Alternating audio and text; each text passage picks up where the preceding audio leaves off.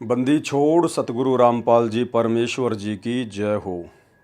परमपिता परमात्मा सारी सृष्टि के रचनहार, कुल मालिक, असंख्य ब्रह्मांडों के स्वामी, जगत गुरु, तीनों लोकों में प्रवेश करके सबका भरण पोषण करने वाले, राजाधिराज, आत्माधार, नाथों के नाथ, देवों के देव महादेव, सर्वेश्वर महेश्वर, मृत्युंजय, अजरो अमर, आदि अनादि सनातनी प्रभु, जगत पिता जगदीश्वर, श्री श्री 1008 की उपाधि के वास्तविक अधिकारी, अकाल मूर्त सौद स्वरूपी राम वासुदेव, सर्वगतम ब्रह्म, परम पूज्य, प्रथम पूज्य, परम संत, परम पुरुष, परम धनी, परम दयालु, सत्य कबीर, हक्का कबीर, अल्लाहु कबीर, अल्लाहु अकबर, बाखबर, अल्लाह ताला, जगत के तारणहार, जगत के मुक्तिदाता, जगत के जगन्नाथ है। हारे के सहारे, हिंदुओं के राम, मुसलमानों के अल्लाह, सिखों के वाहेगुरु, ईसाइयों के मसीह, दया के सागर दयानिधि, करुणा के सागर करुणानिधि, स्वयंभू परिभू, संकट मोचन, कष्ट हरण, मंगल करण, दुख भंजन, अविगत कबीर, निर्विकार निर्विषम परमात्मा, अलय अलेख सतगुरु, आदि अनादि सतगुरु, असली मर्यादा पुरुषोत्तम, असली राम, असली कृष्ण, असली घनश्याम, असली मुरारी, राजाओं के राजा, महाराजाओं के महाराजा, शहंशाहों के शहंशाह, सम्राटों के सम्राट, भगवानों के भगवान, अल्लाहों के अल्लाह, प्रभुओं के प्रभु, मसीहाओं के मसीह, सच्चे वाहिगुरु, बाबाओं के बाबा, पीरों के पीर, सेठों के सेठ, जगत सेठ, सावड़ सा सेठ, सर्वगुण संपन्न, अनंत कोटि कलाओं के स्वामी, अनंत कोटि ब्रह्मांडों के नायक, योगियों में महायोगी, ध्यानियों में महाध्यानी, सिद्धों में परम सिद्ध, ज्ञानियों में तत्वज्ञानी, ब्रह्म ज्ञानी, महाज्ञानी, परम ज्ञानी, सर्वश्रेष्ठ ज्ञानी, विज्ञानी, युवा कबीर, समरथ कबीर, असमवात, अमित ओझा, सच्चे रहनुमा, करीम अल्लाह, सुभान अल्लाह, दुनिया के अंतिम पैगंबर, 8 सितंबर 1951 से गांव धनाना, जिला सोनीपत, हरियाणा, भारतवर्ष की पावन भूमि पे प्रकट रियल कल की भगवान श्री नारायण साकार हरि, श्री बाबा साहेब स्वयंभू संत श्रोमणी सतगुरु रामपाल जी परमेश्वर जी के चरण कमल में साध संगति से जुड़े हुए देश विदेश से हम सभी सत्सेवक भाई बहनों का अनंत कोटि दंडवत प्रणाम।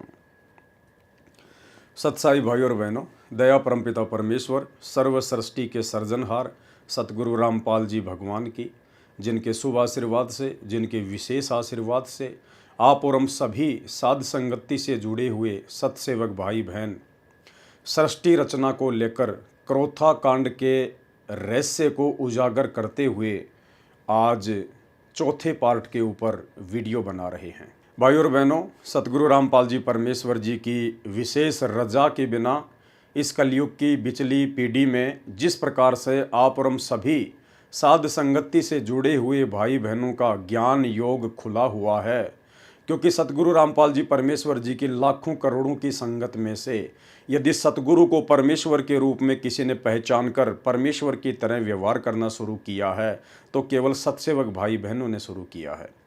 तो सतगुरुदेव की विशेष रजा के बिना ये कलयुग की बिचली पीढ़ी में साध संगतियों का नसीब होना बिल्कुल भी संभव नहीं होता है। इसके लिए जीव को युगों युगों के मजबूत भक्ति संस्कार और वर्तमान में सतगुरुदेव भगवान का भरपूर आशीर्वाद चाहिए होता है, जो सिर्फ सत्सेवक भाई बहनों के पास में है या उन आत्माओं को नसीब होगा जो आगामी समय में साध संगति से जुड़कर दृढ़ होकर भक्ति करेंगी। तो भाई और बहनों, सृष्टि रचना के माध्यम से क्रोथा कांड के रहस्य को परमात्मा उजागर करवा रहे हैं।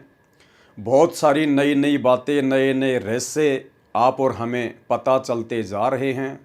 कौन कौन सी वो गलतियां हैं जिन गलतियों के करने से परमात्मा के मार्ग में बाधा उत्पन्न होती है और स्वयं भी आत्मा भक्ति मार्ग से कोसों दूर हो जाती है, और किस प्रकार से हम सावधान होकर परमेश्वर की भक्ति करें, ये तमाम जानकारियां हमें उपलब्ध हो रही हैं। भाई और बहनों, सन 2008 के एक सत्संग में सतगुरु रामपाल जी परमेश्वर जी ने बताया कि आज से 15 साल पहले यानी सन 2000 से पहले जितनी भी आत्माएं जुड़ी थी, वो आत्माएं ज्ञान को आधार बनाकर नहीं जुड़ी थी। वो केवल देखा देखी में जुड़ी थी, एक दूसरे भक्तों के सुखों को देखकर जुड़ी थी। एक व्यक्ति जो महादुखी था, सतगुरु से उपदेश प्राप्त किया, सतगुरु ने अपने कोटे से उसको लाभ दिया, उसको जीवन दान दिया, उसके बाद उसने ढिंढोरा पीटना शुरू कर दिया अपने गुरुदेव की महिमा का। उसके सुखों को देखकर उसके रिश्तेदार जुड़े, उसके आड़ोसी पड़ोसी जुड़े। इस प्रकार से सतगुरु रामपाल जी भगवान के मार्ग में सन 1994 से सन 2005 तक संगत जुड़ी थी। परंतु वो संगत ज्ञान आधार से बिल्कुल भी कोई निर्णय नहीं ले पा रही थी, केवल अन्य संतों और पंथों की भांति देखा देखी में भक्ति मार्ग पर लगी हुई थी। आगे बढ़े उससे पहले ये छोटा सा वीडियो। विचार करना पुण्यात्माओं, ये काल हमारे साथ कितना धोखा किए हुए है। आज से जो 15 साल पहले लगे थे 100-200 परिवार, अब उनमें से मेरे ख्याल में 10% उस लगन से 10% लगे हुए, बाकी ढीले पड़ गए क्योंकि उनका सुख गणे हो गए। वो तो माया चाव थे, उनको ज्ञान था को नहीं, क्योंकि दास को भी परमात्मा ने या ज्ञान योग नहीं खोला था जब तक, क्योंकि इस ज्ञान को परमात्मा ने बैन ला रखा था कि अभी इसको प्रचार नहीं करना। क्योंकि जैसे ये ज्ञान तो दास बताता था, गांव गांव में जाकर सत्संग किया करता था, लेकिन कबीर परमेश्वर जी की वाणी से ही ये यूं का यूं बताया करता था कि ब्रह्मा विष्णु महेश की ये स्थिति है, दुर्गा की ये स्थिति है। लेकिन आम व्यक्ति का विश्वास नहीं होता, जो हमारे शिष्य थे उनका विश्वास ना होता कि ठीक है, उनको लाभ हो रहे थे, परमात्मा के नाम लेते उनके सारे संकट दूर होने लगे थे, इसलिए शिष्य तो बनने शुरू हो गए थे। क्योंकि ये जो मंत्र है, इस मंत्र का जाप पूरे विश्वास लगन के साथ जो व्यक्ति करता है, उसको ज्ञान है या ना है। जैसे डॉक्टर कोई दवाई देता है, औषधि देता है, मरीज खा लेता है, तो उसको नहीं पता इसमें कौन सा केमिकल है, कौन सा साल्ट है, तो वह दवाई अंदर गई, लाभ तो करेगी। तो ऐसे जो पुराने समय में जो भक्त लगे थे, उनको लाभ तो नरे हो गए, क्योंकि वो हमारे संग में ज्यादा रहते थे। जहां भी कहीं पाठ होता था वो सारे ही वहां आ जाते थे कि उनका सुख गणे होया करते। कुछ दिनों के बाद फिर वो अच्छे सुखी हो गए, घर में सुख हो गया, सारे लाभ होने लग गए। तो फिर हमने आश्रम करौथा में डेरा डाल लिया, वहां भी कुछ दिन आए, फिर ढीले पड़ गए, फिर संगत ज्यादा होती रही, ऐसे वो पीछे हट गए। तो कहने का भाव ये है कि एक समय ऐसा आता, वो हमसे दूर नहीं है, वो हमारे को ये भी नहीं है कि हम गुरु जी से दूर हो गए, लेकिन वो कमजोर पड़ गए और एक दिन ऐसी स्थिति आ जाएगी। वो तो भाई और बहनों, गुरुदेव भगवान के मुख कमल से आपने सुन लिया, और यही कारण था भाई और बहनों करौथा कांड का। करौथा कांड के समय जितने भी सेवादार सतगुरु के समीप रहा करते थे, आश्रम में रहा करते थे, वे सभी आत्माएं ज्ञान आधार से नहीं जुड़ी हुई थी, केवल देखा देखी में जुड़ी हुई थी। इसलिए मर्यादा भी तोड़ती रहती थी, जिस कारण से काल का दाव लगता रहता था। और यही कारण था कि उन्होंने अपनी तरफ से सतगुरु को मानुष मानकर उनको सलाह दी, जिसके आधार से करौथा आश्रम बनाया गया। और एक जीव की सलाह के ऊपर जब कोई काम होता है परमात्मा के मार्ग में, तो वो काम कभी सफल नहीं होता है। और 12 जुलाई 2006 को करौथा कांड हुआ। सतगुरुदेव भगवान को 21 महीने रोहतक की जेल में रहने के लिए बाध्य होना पड़ा, और लाखों आत्माओं को गुरुदेव भगवान के सत्संग और उनके आशीर्वाद से भी विमुख रहना पड़ा। भाई और बहनों, ये आत्माएं ज्ञान आधार से क्यों नहीं जुड़ी थी? कारण ये था कि इन सभी आत्माओं को परमात्मा ने पुनर्जीवन दिया था। सन 1994 से लेकर 2000 तक 90% आत्माओं को, भगत भाई बहनों को सतगुरु रामपाल जी भगवान ने पुनर्जीवन दिया। उन आत्माओं का आगे जीवन शेष नहीं था। आपके मन में छोटी सी शंका हो सकती है कि हम कैसे यकीन करें कि सतगुरु रामपाल जी ने असंख्य आत्माओं को पुनर्जन्म दिया। भाई और बहनों, परमात्मा की एक वाणी है कि निर्गुण सरगुण एक है, दूजा ब्रह्म विकार, निर्गुण साहिब आप हैं, सरगुण संत विचार। जब यही कबीर परमेश्वर सतगुरु रामपाल जी भगवान सतलोक में बैठकर असंख्य ब्रह्मांडों का संचालन करते हैं, उस समय ये परमात्मा इस पृथ्वी पर जितने भी मानव शरीरधारी प्राणी होते हैं, स्त्री या पुरुष, केवल उन आत्माओं के प्रारब्ध कर्मों के आधार से ही सुख या दुखों का बंटवारा करते हैं। अपनी तरफ से ये परमात्मा किसी को किसी भी प्रकार की लाभ या हानि नहीं देता है। लेकिन जब यही कबीर परमात्मा जो सतलोक में निर्गुण रूप में बैठकर असंख्य ब्रह्मांडों का संचालन करते हैं। और जब ये सतगुरु की भूमिका करने के लिए अपने तेजोमय रूप को, नूरी रूप को हल्का करते हुए जब एक मानव सदृश रूप बनाकर परमात्मा धरती पर प्रकट होते हैं संत रूप में, सतगुरु रूप में, उस समय जितनी भी आत्माएं इनकी शरण में आती हैं केवल उन्हीं आत्माओं को परमात्मा प्रारब्ध से अधिक देता है, भाग्य से ज़्यादा भी दे सकता है, क्योंकि भक्ति का एडमिन यही कबीर परमात्मा है। बात सुनो, बंदी छोड़ भगवान की शरण में विधिवत लाओ उसको और नाम जुआओ। और पहले उसने नाम लिया था पर बीच में उसने अपना वो साधना छोड़ दी मारे वाली और लग गया करने। फिर उसको कुछ तकलीफ होगी बाद में, तो मैं बोला उसको दोबारा तो उपदेश लेना पड़ेगा।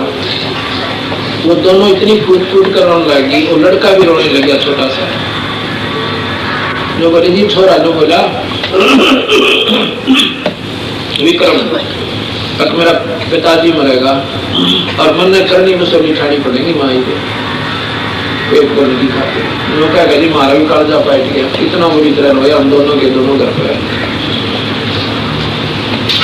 मैं बोला भी उसको लाओ यहाँ पे, और अपना दिल रखने खातिर मैंने उनको भाई सात कामना अपने कबीर भगवान के आधार पर दी कि वे चिंता ना करें, ये नहीं मरेगा।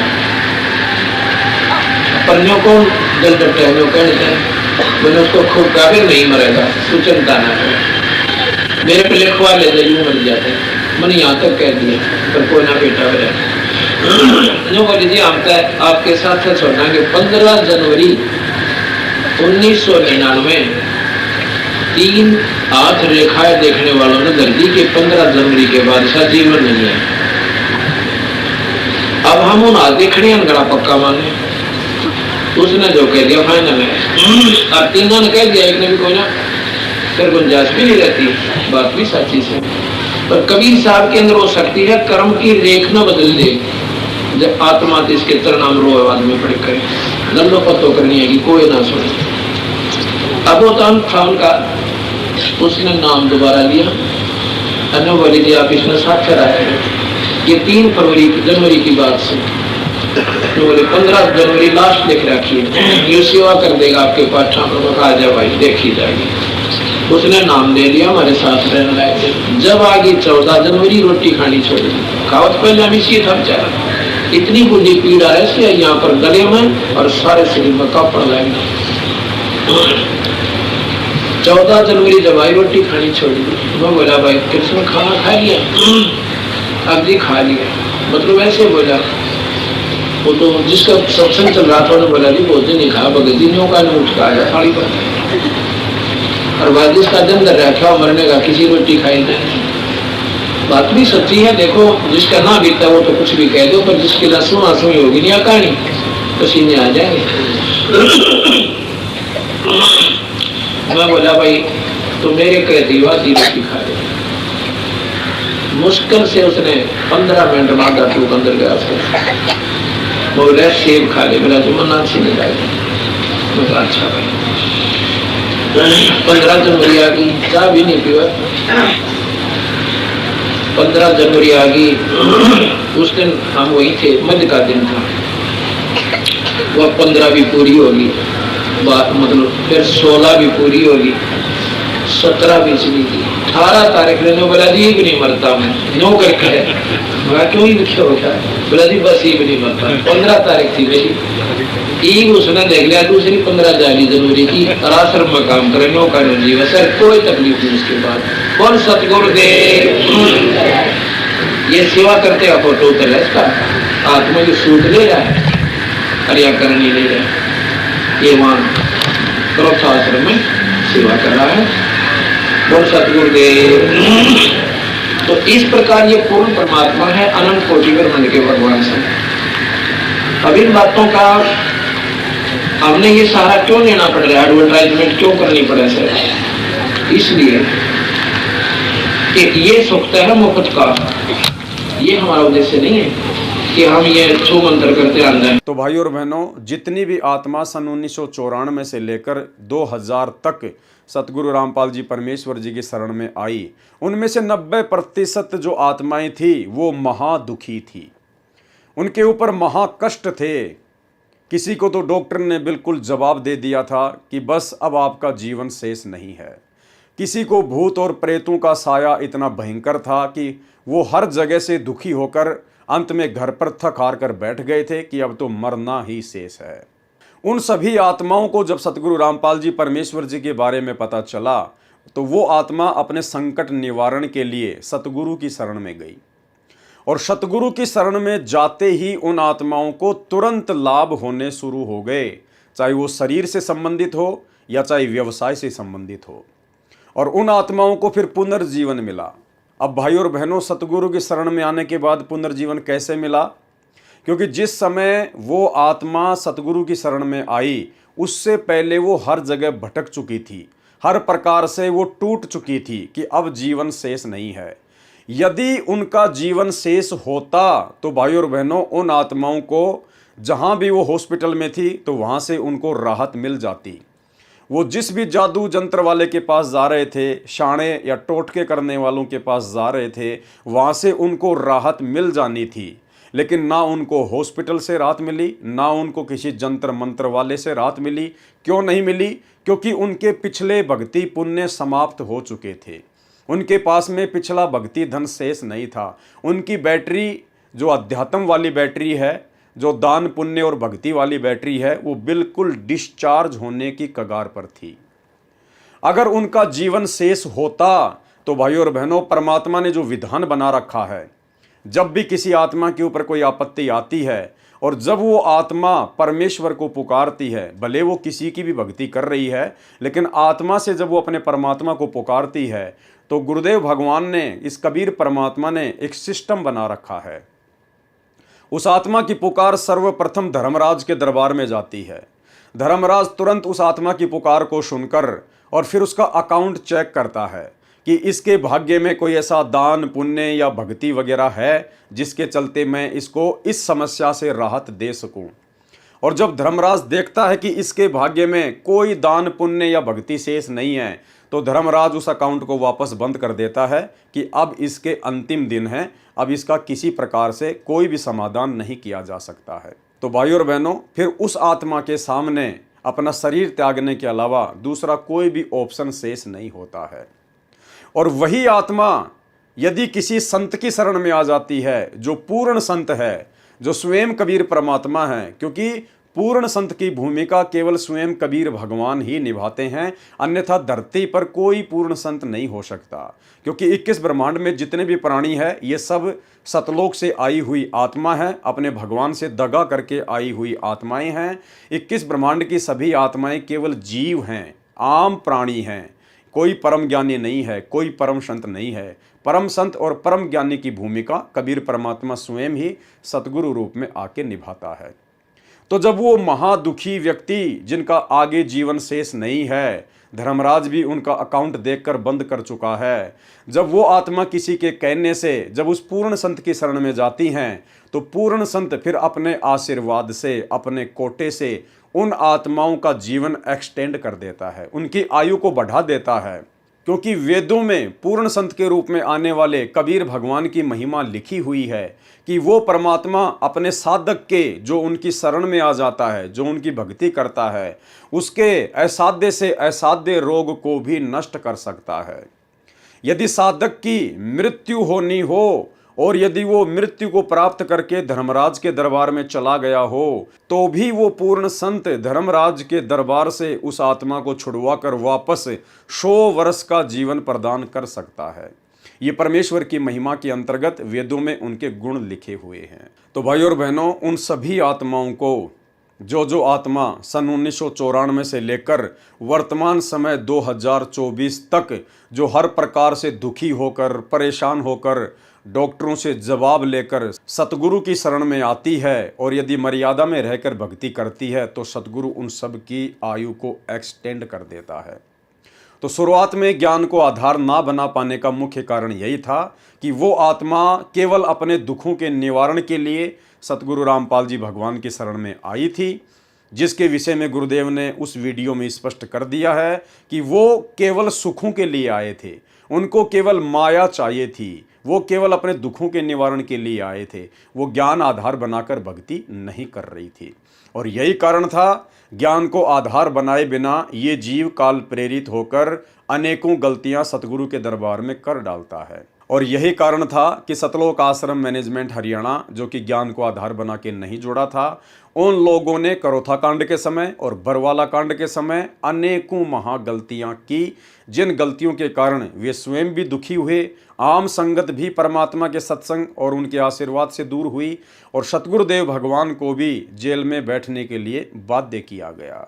बाध्य शब्द दास इसलिए यूज करता है क्योंकि काल और सतगुरुदेव भगवान के बीच में एक एग्रीमेंट है। उस एग्रीमेंट के तहत परमात्मा जोर जबरदस्ती नहीं करते हैं, अन्यथा ये तो समर्थ भगवान है, जाके अर्ध रूम पर शकल पसारा, ऐसा पूर्ण ब्रह्म हमारा।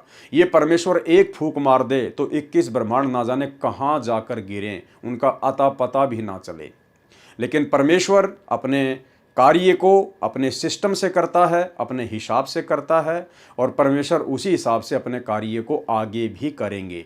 बीच में ना समझे के कारण जो भगत अपनी मनमानी करते हुए गुरु को मानुष समझकर जो काल प्रेरणा से टांग अड़ाते हैं, तो परमेश्वर के मार्ग में थोड़ी बाधा जरूर उत्पन्न हो जाती है, लेकिन ये समर्थ है, सर्वशक्तिमान है। परमेश्वर इस धरती पर जिस अपने विशेष कार्य के लिए कदम रखते हैं, प्रकट होते हैं, चाहे कितनी भी बाधा क्यों ना आ जाए, जीव केवल नासमझी करके अपने कर्म फोड़ सकता है, लेकिन परमेश्वर ने अपने मिशन का जो ठीक का समय रखा हुआ है, उनका मिशन तो उसी समय सफल होना ही होना होता है। तो भाई और बहनों, सृष्टि रचना के माध्यम से करोथा कांड के ऊपर हम वीडियो बनाने जा रहे हैं, और पिछले अनेक वीडियो में हमने बहुत सारी बातें सीखी हैं, समझी हैं, जो आगे चलकर इस भक्ति मार्ग में आप और हमारे बहुत ज़्यादा काम आएंगी। हम कभी भी वो गलतियां नहीं करेंगे जो गलतियां आज से पहले गुरुदेव के बेटा बेटी, भाई बंधु, रिश्तेदार, ये कोऑर्डिनेटर और बड़े बड़े परम भगत समझे जाने वाले भाई बहन कर चुके हैं। तो अब हम आगे चलते हैं पेज नंबर 28 से। इसके पश्चात इन लोगों ने वर्तमान सरकार में बैठे उच्च हस्तियों को भी काबू करने का प्रयास शुरू किया। यानी करोथा कांड के विषय में बात कही जा रही है कि धीरे धीरे जो आर्य समाजी लोग थे, जो सतगुरु रामपाल जी से सत्यार्थ प्रकाश के खुलासे को लेकर परेशान थे, दुखी थे, उन लोगों ने आश्रम पर आक्रमण करवाने के लिए, सतगुरु रामपाल जी के मिशन को ध्वस्त करवाने के लिए सरकार में बैठे बैठे उच्च अधिकारियों से भी बात करने का प्रयास शुरू कर दिया, और हस्तियों को अपने गुरुकुल में किसी न किसी बहाने से आमंत्रित करके संत रामपाल जी और आश्रम के खिलाफ भड़काया, ताकि उनके इस बुरे इरादे को आसानी से अमली जामा पहनाया जा सके। इन हस्तियों से इन लोगों को ऐसा इशारा मिला कि ऐसी स्थिति तैयार करो जिससे सतलोक आश्रम को खत्म करने का कार्य किया जा सके। यानी प्रशासन में बैठे बैठे जो बड़े बड़े अधिकारी थे, मुख्यमंत्री तक, उन आर्य समाजियों के गुरुकुल में जाकर उनको आश्वासन देने लगे कि आप आर्य समाजी ऐसी परिस्थितियां तैयार करो जिससे कि संत रामपाल जी और उनका आश्रम किसी भी प्रकार से सुरक्षित ना रह सके। इसके पश्चात ये लोग संत रामपाल जी को तथा सतलोक आश्रम को खत्म करने के मौके की तलाश में रहे, और इन्होंने संत रामपाल जी के द्वारा निकाले हुए एक शिष्य को मोहरा बनाया। भाई और बहनों, आर्य समाजियों ने संत रामपाल जी के जिस एक गुरुद्रोही हो चुके शिष्य को मोहरा बनाया, वो वही व्यक्ति था जिस व्यक्ति के ऊपर हमने उसके द्वारा लिखी गई पुस्तक शैतान बना भगवान के ऊपर बहुत सारे वीडियो बनाए थे। आप और हमने अच्छे से उसके मंसूबों को समझ लिया था। ये वही व्यक्ति है सुरेंद्र उर्फ कृष्ण दास उर्फ संजय दास महाराज। इस शिष्य को छुडानी धाम के एक महंत ने अपना शिष्य बनाकर उसे जिला अंबाला के किसी गांव में एक कमरे वाले छोटे से आश्रम का महंत बनाया हुआ था। यानी सतगुरु रामपाल जी ने इस व्यक्ति की अनेकों गलतियां देखकर सन 2000 में इसको सतलोक आश्रम करोथा से बाहर निकाल दिया था। ये व्यक्ति गुरुद्रोही हो चुका था। सतगुरु रामपाल जी परमेश्वर जी ने इस व्यक्ति को बहुत सारे मौके दिए, इसकी ढेर सारी गलतियां माफ़ की। इसको 7 बार सतगुरु ने मौके दिए, लेकिन ये गलतियां करने से बाज नहीं आया, तो सतगुरुदेव भगवान ने इसको आश्रम से बाहर कर दिया। इन लोगों ने उससे संत रामपाल जी के खिलाफ एक पुस्तक छपवाई। इस पुस्तक में संत रामपाल जी के खिलाफ अनैतिक व अभद्र भाषा का प्रयोग किया गया है और उनके विरुद्ध आर्य समाजियों की तर्ज पर बेहुदे, बेबुनियाद और अश्लील आरोप लगाए गए हैं। इन लोगों ने इस किताब को करोथा, डिग्गल तथा अन्य नज़दीक गाँव में बंटवाया। इस पुस्तक को पढ़ने के पश्चात गांव डिग्गल के लोगों ने श्री जागेराम निवासी डिग्गल, जो संत रामपाल जी के शिष्य भी हैं, उनको बताया कि इस किताब में उनकी पुत्री के खिलाफ भी इशारा है। यानी जब हम भाई बहनों ने शैतान बना भगवान पुस्तक के ऊपर वीडियो बनाए थे, तो उसमें उस गुरुद्रोही हो चुके व्यक्ति कृष्णदास महाराज ने उस पुस्तक में जिक्र किया था कि ऐसे ऐसे एक लड़की, जब मैं अंदर गया सतलोक आश्रम करोथा के कमरे में, तो संत रामपाल जी और वो लड़की एकांत में बैठे हुए थे।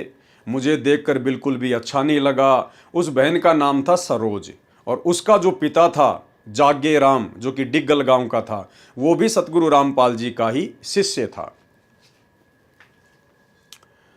गांव डिग्गल के लोगों ने श्री जागेराम निवासी डिग्गल, जो संत रामपाल जी के शिष्य भी हैं, उनको बताया कि इस किताब में उनकी पुत्री के खिलाफ भी इशारा है। श्री जागेराम ने इस किताब की एक प्रति प्राप्त की और अपने परिवार के सदस्यों के साथ विचार विमर्श किया। उनकी पुत्री ने भी किताब के लेखक से टेलीफोन पर संपर्क किया और उससे पूछा कि उसने इतनी गंदी और अनैतिक बातें पुस्तक में क्यों लिखी है। भाई और बहनों, शिक्षा लेनी है हमें इस पुस्तक से कोई मतलब नहीं है। करोथा कांड हो चुका है, सारी बातें हो चुकी हैं, परमात्मा जेल जा चुके हैं, जेल से वापस भी आ चुके थे और करोथा कांड का मुकदमा भी समाप्त हो चुका है। हमने केवल शिक्षा लेनी है। जब वो शैतान बना भगवान पुस्तक उस बहन सरोज के पिता श्री जागे राम जी ने पढ़ी, जो कि संत रामपाल जी का शिष्य था, वर्तमान में है या नहीं है दास को नहीं पता, तो उसने अपने परिवार में बैठकर विचार विमर्श किया और जिस गुरुद्रोही व्यक्ति ने वो पुस्तक लिखी थी उसके मोबाइल नंबर भी उसी पुस्तक पर दिए हुए हैं। उन्होंने उससे संपर्क किया कि भाई आपने ऐसी बेहुदा बातें हमारे विषय में क्यों लिखी हैं। भाई और बहनों, यदि वर्तमान में ऐसी कोई परिस्थिति पैदा हो जाए आप और हमारे साथ में, तो हमने क्या करना है? हमने किसी भी प्रकार से उस पुस्तक के लेखक से संपर्क नहीं करना है। यानी कोई भी घटना घटे हमारे ऊपर, चाहे कोई कितना ही बेहुदा आरोप क्यों ना लगाए, हमें चाहे कोई कितना ही बदनाम करने का प्रयास क्यों ना करे, लेकिन हम भगत भाई बहनों ने, जो कि हम गुरुदेव के ज्ञान को आधार बना चुके हैं, हमने किसी भी प्रकार से कोई भी प्रतिक्रिया नहीं करनी है।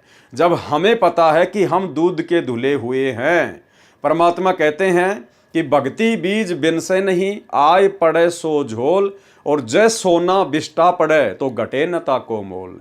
सोने को यदि लैट्रिन में डाल दिया जाए तो उसकी कीमत में कोई फर्क नहीं पड़ता है। सोना किसी भी प्रकार से कोई शिकायत नहीं करता है कि मुझे लैट्रिन में क्यों डाला गया। तो भाई और बहनों, इसी प्रकार यदि भगत अपने आप में साफ सुथरा है, उसने किसी प्रकार की कोई गलती नहीं की है, तो भगत ने उन बेहुद्दा बातों को अपने दिलो दिमाग पर नहीं लेना चाहिए। काल तो यही चाहता है कि मैं इनके हृदय में अशांति पैदा कर दूं, इनको भक्ति और भगवान से दूर कर दूं, इनको मानसिक परेशानियां दे दूं। तो आप और हमारे सामने यदि निकट भविष्य में इस प्रकार की कोई घटना घटित होती है किसी के भी माध्यम से, तो भाई और बहनों, हमने किसी भी प्रकार की कोई भी प्रतिक्रिया नहीं देनी है।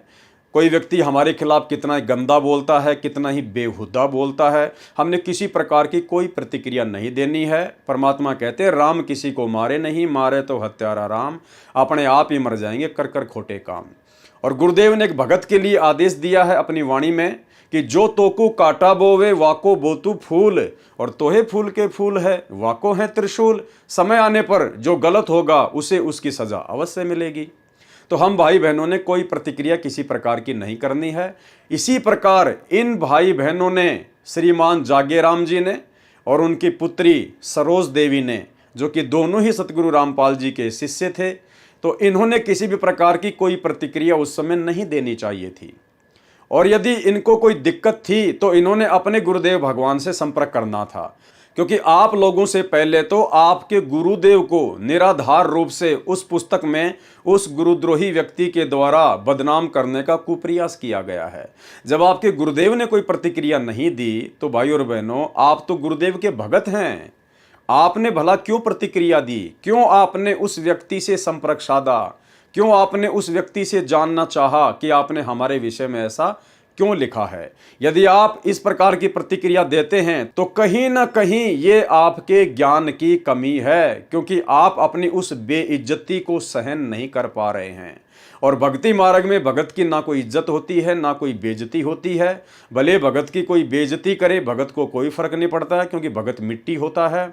और यदि भगत को कोई इज्जत दे तो भगत को मान बढ़ाई में नहीं आना चाहिए, क्योंकि इज्जत इस जीव की सबसे बड़ी दुश्मन है। एक सत्संग में गुरुदेव भगवान ने बताया कि यदि किसी गोरी लड़की को, जिसका गोरा रंग है, उसको यदि कोई काली काली काली काली बोले कि ए काली इधर आ, तो वो लड़की बुरा नहीं मानती है, क्योंकि उसको पता है कि मैं तो गोरी हूं और ये मुझे काली कह रहा है, तो या तो ये अंधा है या फिर ये नशे में है, तो वो बेटी बुरा नहीं मानती है।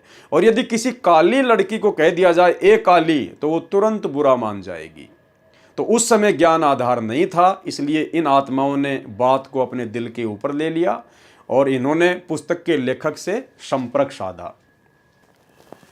उनकी पुत्री ने भी किताब के लेखक से टेलीफोन पर संपर्क किया और उससे पूछा कि उसने इतनी गंदी और अनैतिक बातें पुस्तक में क्यों लिखी है। लेखक श्री कृष्णदास उर्फ संजय ने उसको इस बारे में बातचीत करने के लिए दयालदास कोठी आश्रम छुडानी में आकर बात करने को कहा। वह अपने माता पिता और पुत्र के साथ बात करने के लिए छुडानी आश्रम पहुंचे। भाई और बहनों, उसके बाद वो बहन बिना अपने गुरुदेव भगवान से विचार विमर्श किए, बिना उनकी आज्ञा लिए, वो लड़की अपने पिता के साथ और अपने बेटे के साथ में छुडानी आश्रम में चली जाती है, जहां पर उसको उस गुरुद्रोही व्यक्ति ने बुलवाया था। छुडानी पहुंचकर जैसे ही बातचीत शुरू हुई, छुडानी आश्रम के लोगों ने तथा उस पुस्तक के लेखक ने अभद्र भाषा में बोलना शुरू कर दिया। देखो भाई और बहनों, जैसी क्रिया वैसी प्रतिक्रिया।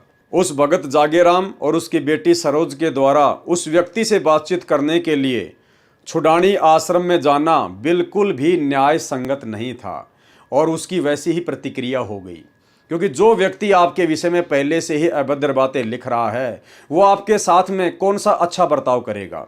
और वहाँ पर लड़ाई झगड़ा हो गया, मारपीट की नौबत आ गई और काफ़ी कुछ वहाँ पर हुआ। छुडानी पहुँचकर जैसे ही बातचीत शुरू हुई, छुडानी आश्रम के लोगों ने तथा उस पुस्तक के लेखक ने अभद्र भाषा में बोलना शुरू कर दिया और हाथापाई पर उतर आए। उन्होंने उस बहन के साथ भी दुर्व्यवहार किया और उसके कपड़े फाड़ दिए, वह छाती में हाथ मारकर धकेल दिया। किसी न किसी तरह वे बचकर भागे और दुल्हेड़ा गांव की पुलिस चौकी पर पहुंचकर इस मामले की रिपोर्ट दर्ज करवाने को कहा। पुलिस चौकी में उनको 2 घंटे बैठाए रखा और रिपोर्ट दर्ज नहीं की और बाद में उनको बताया कि वो छुडानी गाँव में जा रहे हैं, क्योंकि कुछ लोगों ने छुडानी आश्रम में रहने वालों को पीटा है। छुडानी आश्रम के षड्यंत्र को भांपते हुए उन्होंने पुलिस चौकी को छोड़ दिया और पुलिस अधीक्षक झज्जर के कार्यालय में पहुंचे। वहां पर पुलिस अधीक्षक उपस्थित नहीं थे, इसलिए वो पुलिस अधीक्षक के निवास स्थान पर भी अपनी बात कहने के लिए गए। पुलिस अधीक्षक घर पर भी नहीं मिले। इसी बीच किसी ने उनको सलाह दी कि वो अस्पताल में अपनी डॉक्टरी जांच करवाए। उसके पश्चात वो सिविल अस्पताल डीगल पहुंचे और डॉक्टरी जांच करवाई और MLR की प्राप्त की।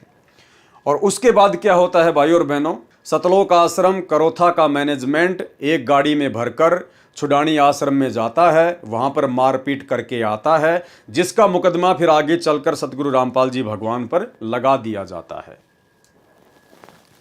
अगले दिन वो फिर पुलिस अधीक्षक कार्यालय में छुडानी आश्रम के लोगों के खिलाफ केस दर्ज करवाने के लिए गए और वहां उनको पता लगा कि उनको तथा सतलोक आश्रम के भक्तों के खिलाफ एक FIR दर्ज हो चुकी थी। पुलिस अधीक्षक झज्जर ने उनकी दरखास्त लेकर DSP बहादुरगढ़ के पास जाकर अपने बयान दर्ज करवाने को कहा।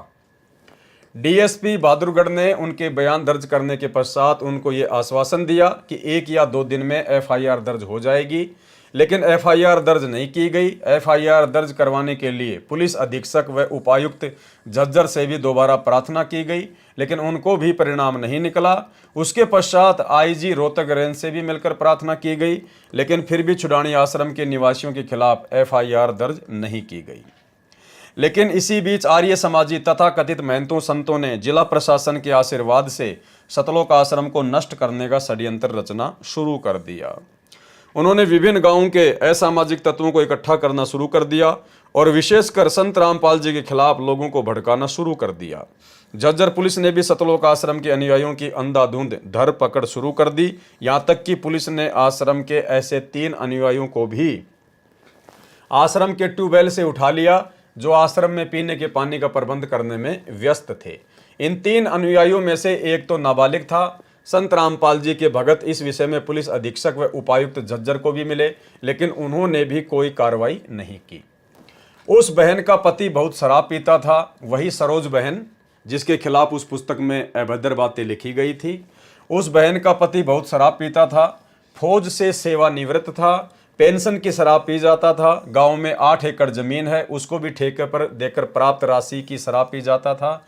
ऐसे समय में उस बहन के पिता श्री जागेराम एलावत, जो गांव डिग्गल के गिने चुने प्रतिष्ठित परिवारों में से एक है, अपनी बेटी के घर का खर्चा चलाते थे तथा अपनी बेटी के गम को भुलाने तथा परमात्मा में आस्था बढ़ाने के लिए सतलोक आश्रम में साथ साथ लाया करते थे। उसी दौरान उस बहन को परमात्मा का अद्भुत करिश्मा हुआ। ध्यान से सुनना भाई और बहनों। उसके बाद में उस बहन के साथ में परमात्मा ने अनहोनी की। क्या कि उसके छोटे बेटे विक्की के दोनों गुर्दे बंद हो गए थे, अर्थात उसके बच्चे की दोनों किडनियों ने काम करना बंद कर दिया था।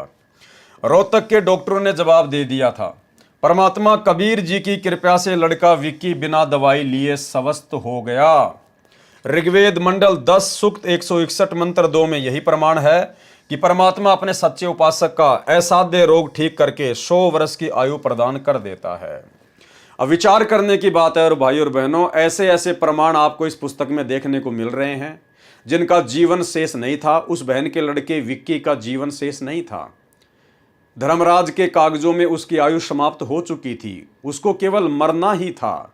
उसके दोनों गुर्दे खराब हो चुके थे, लेकिन पूर्ण संत सतगुरु रामपाल जी भगवान की शरण में आए तो परमात्मा ने उसके दोनों गुर्दे ठीक कर दिए, उसको पुनर्जीवन प्रदान किया। तो ये बहुत ही विचारणीय विषय भाई और बहनों कि गुरुदेव भगवान के रहते सहते धरती पर, इस कबीर परमेश्वर के धरती पर प्रकट रहते सहते, और जिन्होंने सन 1994 से न जाने कितने असाध्य रोगों को ठीक किया, लोगों को जीवन दान दिया, आज उसी परम संत के आश्रम में, जिस परम संत ने जिन जिन लाखों आत्माओं को जीवन दान दिया असाध्य रोगों से, बिना किसी हॉस्पिटल के, बिना किसी इंजेक्शन के, बिना किसी मेडिसिन के, आज उसी परम संत के नाम से खोले जा रहे आश्रम में, उनके परिवार के द्वारा धनाना आश्रम में 3 एकड़ जमीन में इतना बड़ा हॉस्पिटल आखिर क्यों बनाया जा रहा है? सीधा सीधा मतलब यही है कि आज भी ये लोग सतगुरु रामपाल जी परमात्मा को नहीं समझ पा रहे हैं। आज भी सतलोक आश्रम मैनेजमेंट हरियाणा की अध्यात्म को लेके उतनी ही बुद्धि काम करती है जितना कि सन 1999 में सतलोक आश्रम करोथा वाले सेवादारों की बुद्धि काम करती थी। आज भी ये लोग गुरु को मानुष ही मानते हैं। अन्यथा भाई और बहनों, आश्रम में हॉस्पिटल खोलना तो एक प्रकार से परम संत की बेइज्जती करना है। अगर हॉस्पिटलों से ही रोग ठीक होना होता तो लोग दुखी होकर सतगुरु रामपाल जी की शरण में नहीं आते। उसके पश्चात बहन सरोज का अटूट विश्वास परमात्मा में हो गया। अधिक से अधिक समय सत्संग सुनने में लगाने लगी। उस गुरुद्रोही जैसे दुर्बुद्धि व्यक्तियों ने तो बहन मीराबाई जैसी भक्तमतियों को भी नहीं छोड़ा था। यदि सीता जी पत्नी श्री रामचंद्र भगवान वर्तमान में किसी आश्रम में अपने दुख के समय को व्यतीत करती है तो उस बागी जैसे वह आर्य समाजी कहलाने वाले तथा वर्तमान के मीडिया वालों को उस माता व ऋषि वाल्मीकि जी पर भी कीचड़ उछालने में कोई कसर नहीं छोड़ते। त्रेता युग में गर्भवती सीता जी श्री वाल्मीकि जी के आश्रम में रही, वहाँ लव नामक पुत्र को जन्म दिया। लव 2 वर्ष की आयु का हुआ तो किसी कारण से ऋषि वाल्मीकि जी ने एक लड़का कुश घास से अपनी सिद्धि से उत्पन्न कर दिया था। उस समय के व्यक्ति सभ्य थे, उन्होंने माता सीता पर कोई लांछन नहीं लगाया। वर्तमान के आर्य समाजी व गुरुद्रोही जैसे नकली संत व विवेकहीन मीडिया वाले तो आज उस सती सीता का भी दुष्प्रचार कर डालते, परंतु सांच को आंच नहीं होती। उस ढोंगी ने जिस प्रकार एक अच्छे खानदान की बहन के चरित्र पर कीचड़ उछाला है, उसी प्रकार उस संजय पुत्र श्री बलवान सिंह मिस्त्री गांव करोथा की बड़ी बहन आयु 26 वर्ष व माता भी उस कमरे में अन्य की तरह अपने गुरुदेव के दर्शन व चरण स्पर्श करती थी, क्योंकि उस समय केवल एक ही कमरा था जो 12 गुणा 18 वर्ग फुट का था तथा एक रसोई तथा स्नान घर बना था जिसमें संत रामपाल जी महाराज विश्राम करते थे। एक बड़ा हॉल था जिसमें आश्रम के स्थायी सेवक विश्राम करते थे। उस ढोंगी ने अपनी माता तथा बहन के विषय में क्यों नहीं लिखा? उसकी बहन तथा माता जी भी कभी कभी उसी रसोई घर में महाराज जी की चाय आदि बनाकर आती थी। यदि उसकी पुस्तक में लिखे मिथ्या लेख में सच्चाई थी तो उसी समय क्यों नहीं लिखा जब वह सन 2000 में आश्रम से गया था? बहन सरोज को बदनाम करने का कारण यह है कि एक बार उस संजय कृष्णदास को भक्तों ने फोन सुनने के लिए आश्रम का मोबाइल फोन दे दिया। अब देखना भाइयों और बहनों, हमारी हर प्रकार की भ्रमणा परमात्मा इन पुस्तकों के माध्यम से मिटा देगा। बहुत सारे भाई बहन सोचते हैं अपने परिवार से दुखी होकर, अपने पति से दुखी होकर या अपनी पत्नी से दुखी होकर या अन्य किसी प्रकार की समस्या से दुखी होकर कि मैं तो गुरुजी के आश्रम में जाके भक्ति करूंगा, आश्रम में बहुत अच्छी भक्ति होती है, मैं तो बस आप गुरुजी आ जाएं उसके बाद मैं तो गुरुजी के पास में रहूंगा, आश्रम में रहूंगा, सब कुछ छोड़ छाड़ के। भाइयों और बहनों, ये सतगुरु रामपाल जी परमेश्वर जी की सत भक्ति परिवार में रह के, अपने बाल बच्चों के साथ में रह के, थोड़ा बहुत संघर्ष करते हुए करने की भक्ति है। आश्रम में ये लोग रहा करते थे, वो गुरुद्रोही हो चुका व्यक्ति भी आश्रम में रहा करता था। ये बहन भी आश्रम नज़दीक होने के कारण बहुत ज़्यादा समय आश्रम में रहा करती थी, आश्रम में जाया करती थी बार बार। अब आश्रम में भाइयों और बहनों किस प्रकार से राग द्वेष और ईर्ष्या कूट कूट कर भरी होती है, क्योंकि आप जितना गुरुदेव भगवान के नज़दीक रहोगे, उनके ज्ञान को समझे बिना, जब तक आप अपने गुरुदेव के ज्ञान से पूर्णतया परिचित नहीं होते हैं, और यदि आप जितना गुरुदेव के नज़दीक रहोगे, आप उतना ही अपने गुरुदेव से दूर होने की स्थिति में आ जाओगे, क्योंकि आप अपने गुरुदेव को समझ नहीं पाओगे। आप ज्ञान को आधार ना बनाकर आपस में राग द्वेष ईर्ष्या मनमुटाव के चक्कर में पड़ जाओगे। और यही सब कुछ करोथा आश्रम में होता था, मुख्य मुख्य सेवादारों के बीच में। और भाई और बहनों, उससे भी ज़्यादा गंदगी गुरुदेव के परिवार ने, जब गुरुदेव ने सन 2010 में सतलोक आश्रम बरवाला खोला, उसके बाद इन लोगों ने आश्रम में पैदा कर डाली, जिसके विषय में गुरुदेव ने 2014 बरवाला कांड के बाद पुलिस को बयान भी दिए हैं कि आश्रम में गलत काम हुए, लेकिन वो मैंने नहीं किए, वो मुख्य सेवादारों ने किए।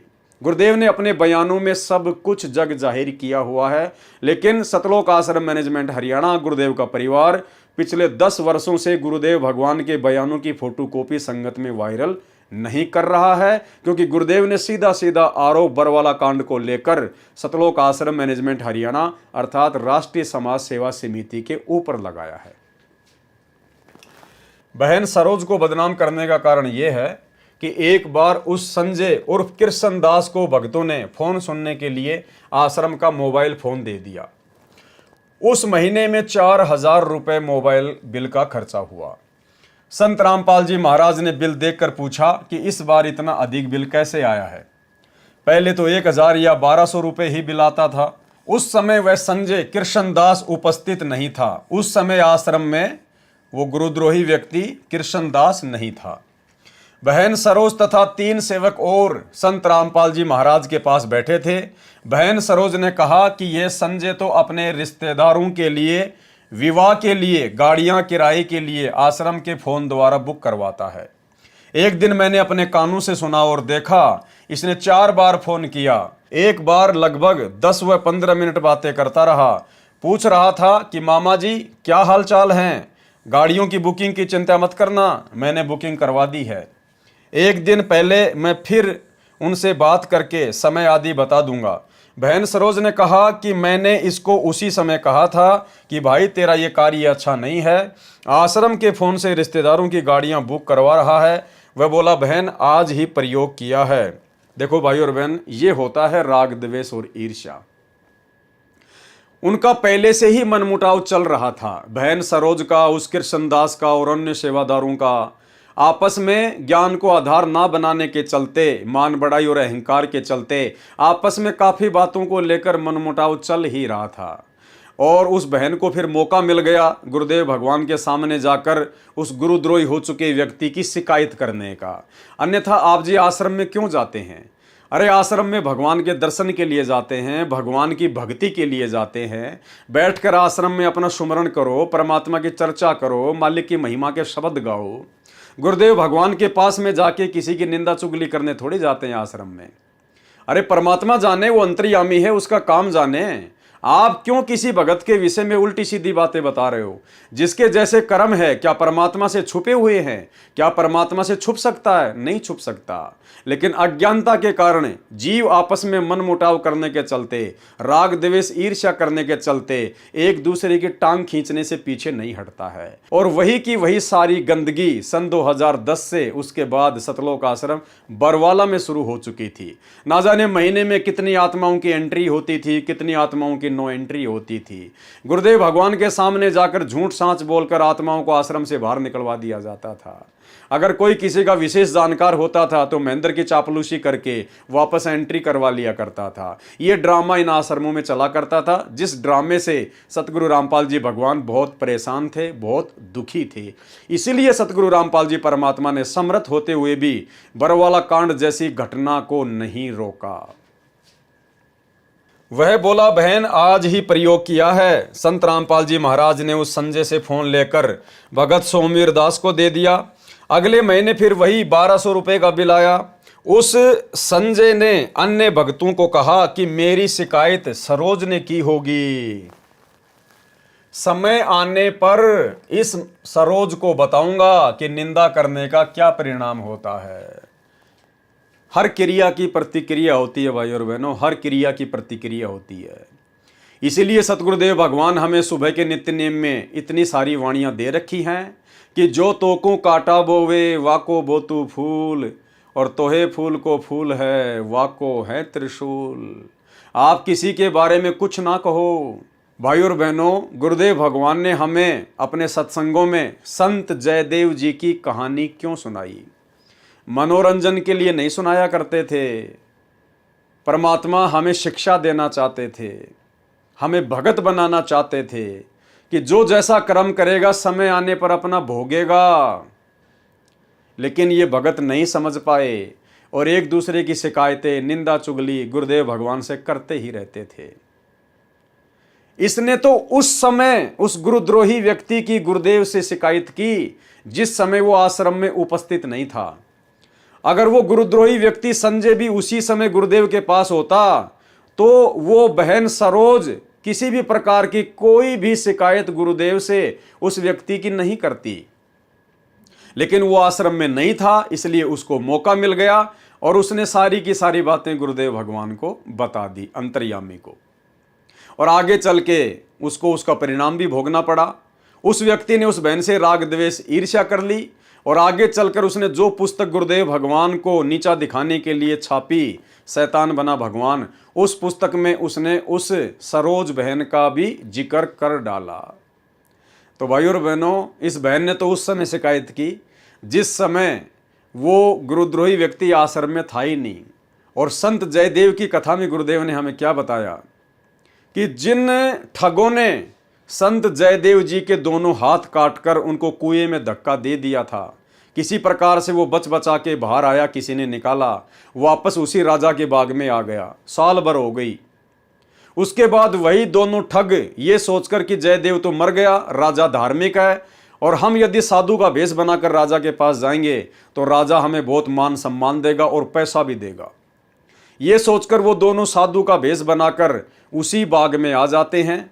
उसने सामने देखा कि भाई जयदेव तो बैठा हुआ है, साथ में राजा भी बैठा हुआ है और जयदेव और राजा ने भी उनको देख लिया। अब उन्होंने सोचा यदि वापस जाएंगे तो मारे जाएंगे, पकड़े जाएंगे।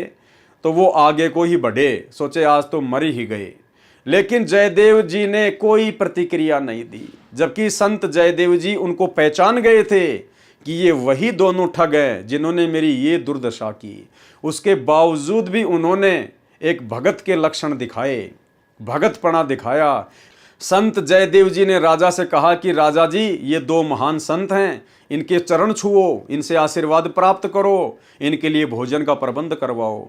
और लगभग 6 महीने जयदेव जी ने उन दोनों ठगों को बिना कुछ बताए कि जैसे मैं तुम्हें जानता ही नहीं हूं, अपने पास में वहीं रखा, अपने भाइयों जैसा उनके साथ में बर्ताव करा। आगे चलकर जैसी करनी उन ठगों की थी उनको प्राप्त हो गई।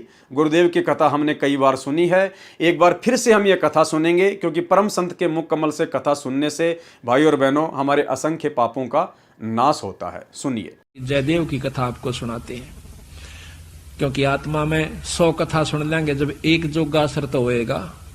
कभी तो आत्मा देखो, हम जाते हैं पहलवाना ने जब खाड़े में गुड़ते हुए देखे हैं ना, हमारे गांव में होया करता है खाड़ा, अभी होता है 6 महीने, वहां पर कुश्ती हो से हम जाते ना देखने छोटे छोटे, उन पहलवाना ने ठाठा पटक दे दूसरे ने, और वो फिर उन्होंने ठाती दुनिया उनकी जय बोल दी। हमारे मन में भी नो इच्छा होंगी अपना घर क्या लोकमा लंगोट शमवान दे और तेल की मालिश करते और उड़ा बैठक पेलन लाग जाते, अब तक पाछे फिर भूल जाते। क्यों? जो असर तो हुआ ना वो गणा नहीं था, कुछ तो शरीर में जो है ना आदमी की शारीरिक शक्ति भी उत्पन्न हो सके।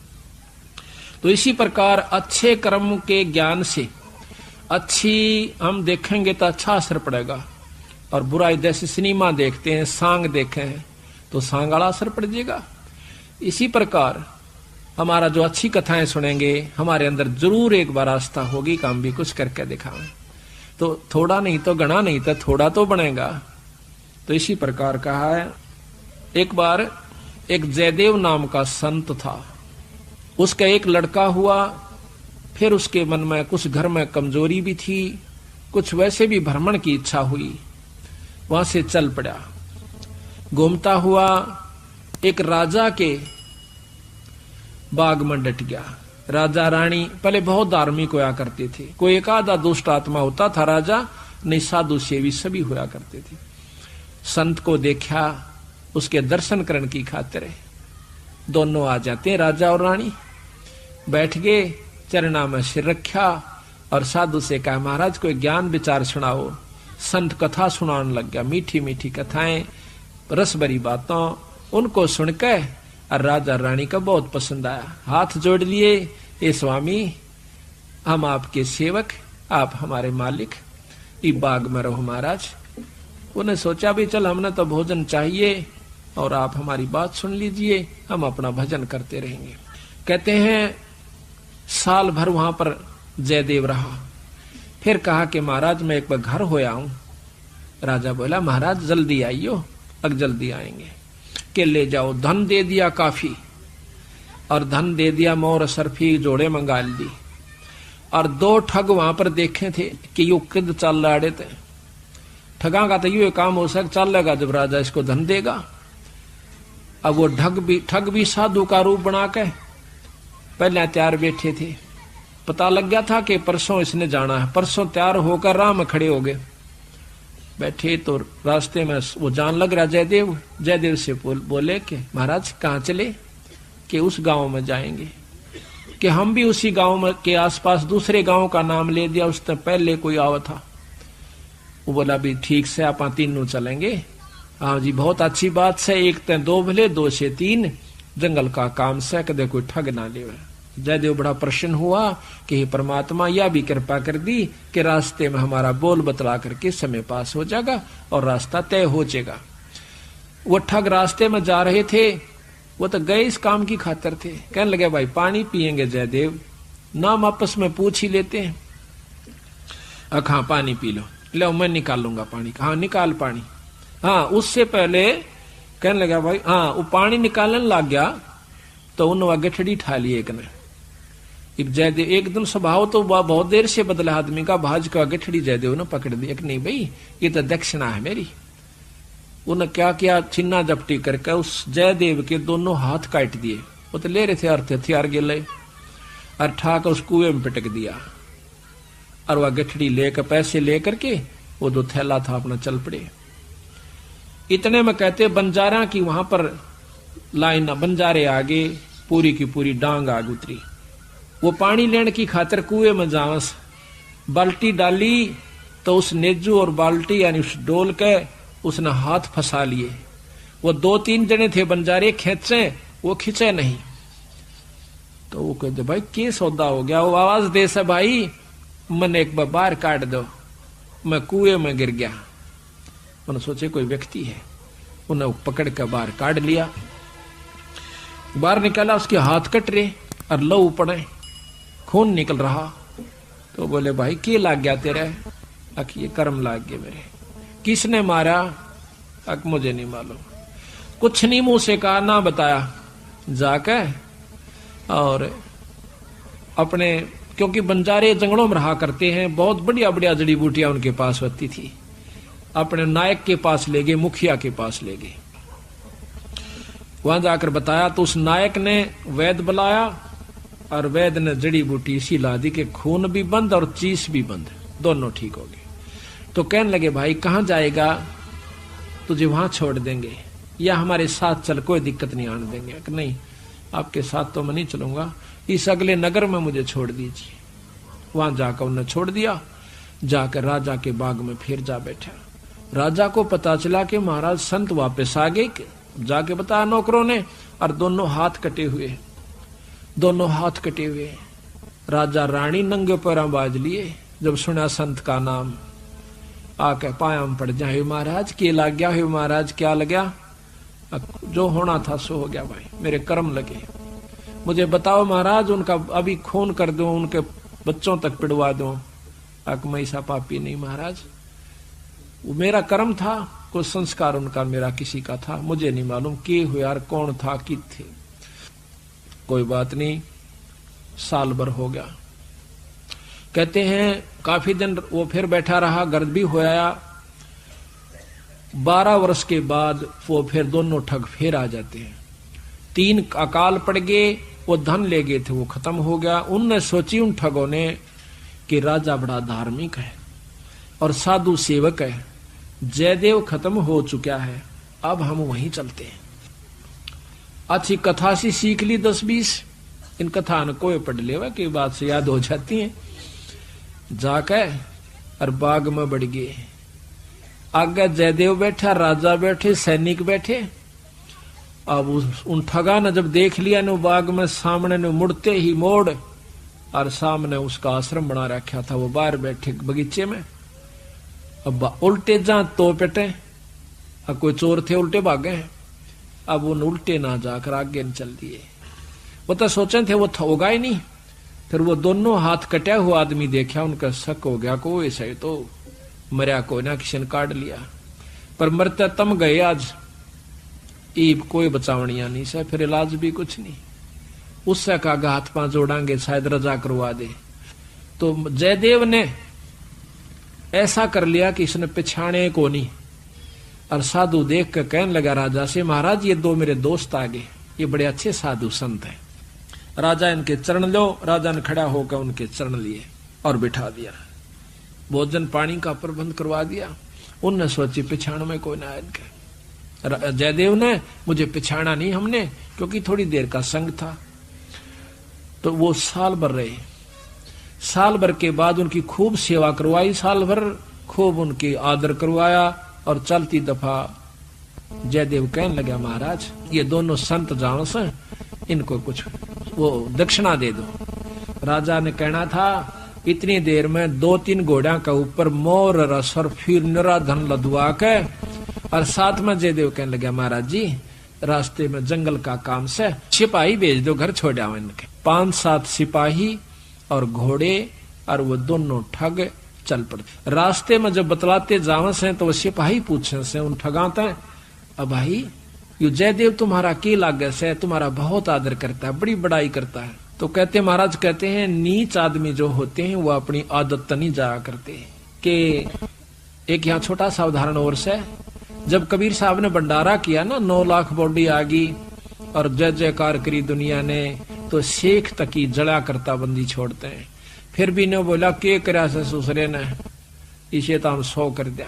यानी अपनी बड़ाई रखनी चाहिए और उसका अच्छे कर्म को भी नहीं सराहा। और जो भक्त आत्मा थे वह नो कहते भाई कमाल कर दिया, ईसा यज्ञता हमने कितना देखा है कोई ना, बड़े भोजन मोहन भोजन खाए, बड़े आनंद पाए। तो जो पुण्य आत्मा थी वह तो बड़ाई करे थी, और नीच आदमी उस समय भी बुराई ही कर रहा था, इतनी महान समागम की। तो यहाँ गरीबदास जी कहते हैं कोई कहे जग जौनार किया, कोई कहे महोछा, और बड़े बड़ाई करा करा यो गाड़ी का डे ओछा। ओछे आदमी जो होते हैं वो गाड़ी निकाला करें, और भले व्यक्ति भलाई करा करे, बड़ाई करा करते हैं। तो वो दोनों कहने लगे भाई सच्ची बता दो। अका सच्ची बता दो, यो बहुत नीच आदमी से। बोला जयदेव, बोला अच्छा की बात है कि हम तीनों इकट्ठे रहा करते एक राजा के घर पर, और ये इतना गंदा है, इसने रानी गेला खोटा कर्म कर दिया। राजा इसने जीत मारे था और हमने हाथ जोड़ कर बचवाया, इसके हाथ कटन में बच गया। यू हमने छोड़ कर आ गया था, माँ तू निकल जाड़े, तो हमने यूं कह दिया तेरी जान बच जाएगी।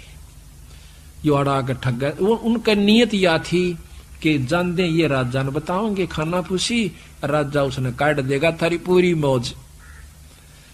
कहते इतनी बात हो रही थी, ऊपर ते 2 पत्थर की सलाह पड़ी, भारा भारा को 10-10 20-20 मन की आकर के दोनों ठगा का ऊपर उन सब के अंदर से, और दोनों का कचुमर काट कर जमीन में दसा दिया। दोनों खत्म हो गए। वह नीच कहते हैं वो ठगे से रह गए, वो जो संत गए थे साथ में, वो सिपाही गए थे, अब वो ना रहे तो अपने उल्टे हो लिए लेकर सारे ढमढमे ने। जब वापस आते हैं, राजा को पता लगा है कि वो वापस आ गए, तो कहने लगा भाई क्या बात होगी। उन्होंने सारी कथा राजा को सुना रहे थे और जयदेव सुने था इतने फैसले पे। न बोले जीवत है ऊपर तय स्वामी की निंदा करी और काटे ऐब सबाब, और सिला पड़ी अजगैब तय आया नहीं जवाब। वो तो खत्म हो गए, दोनों मर गए। महाराज की निंदा करे थे, बहुत बुंडी करे थे महाराज जी, के बताऊं।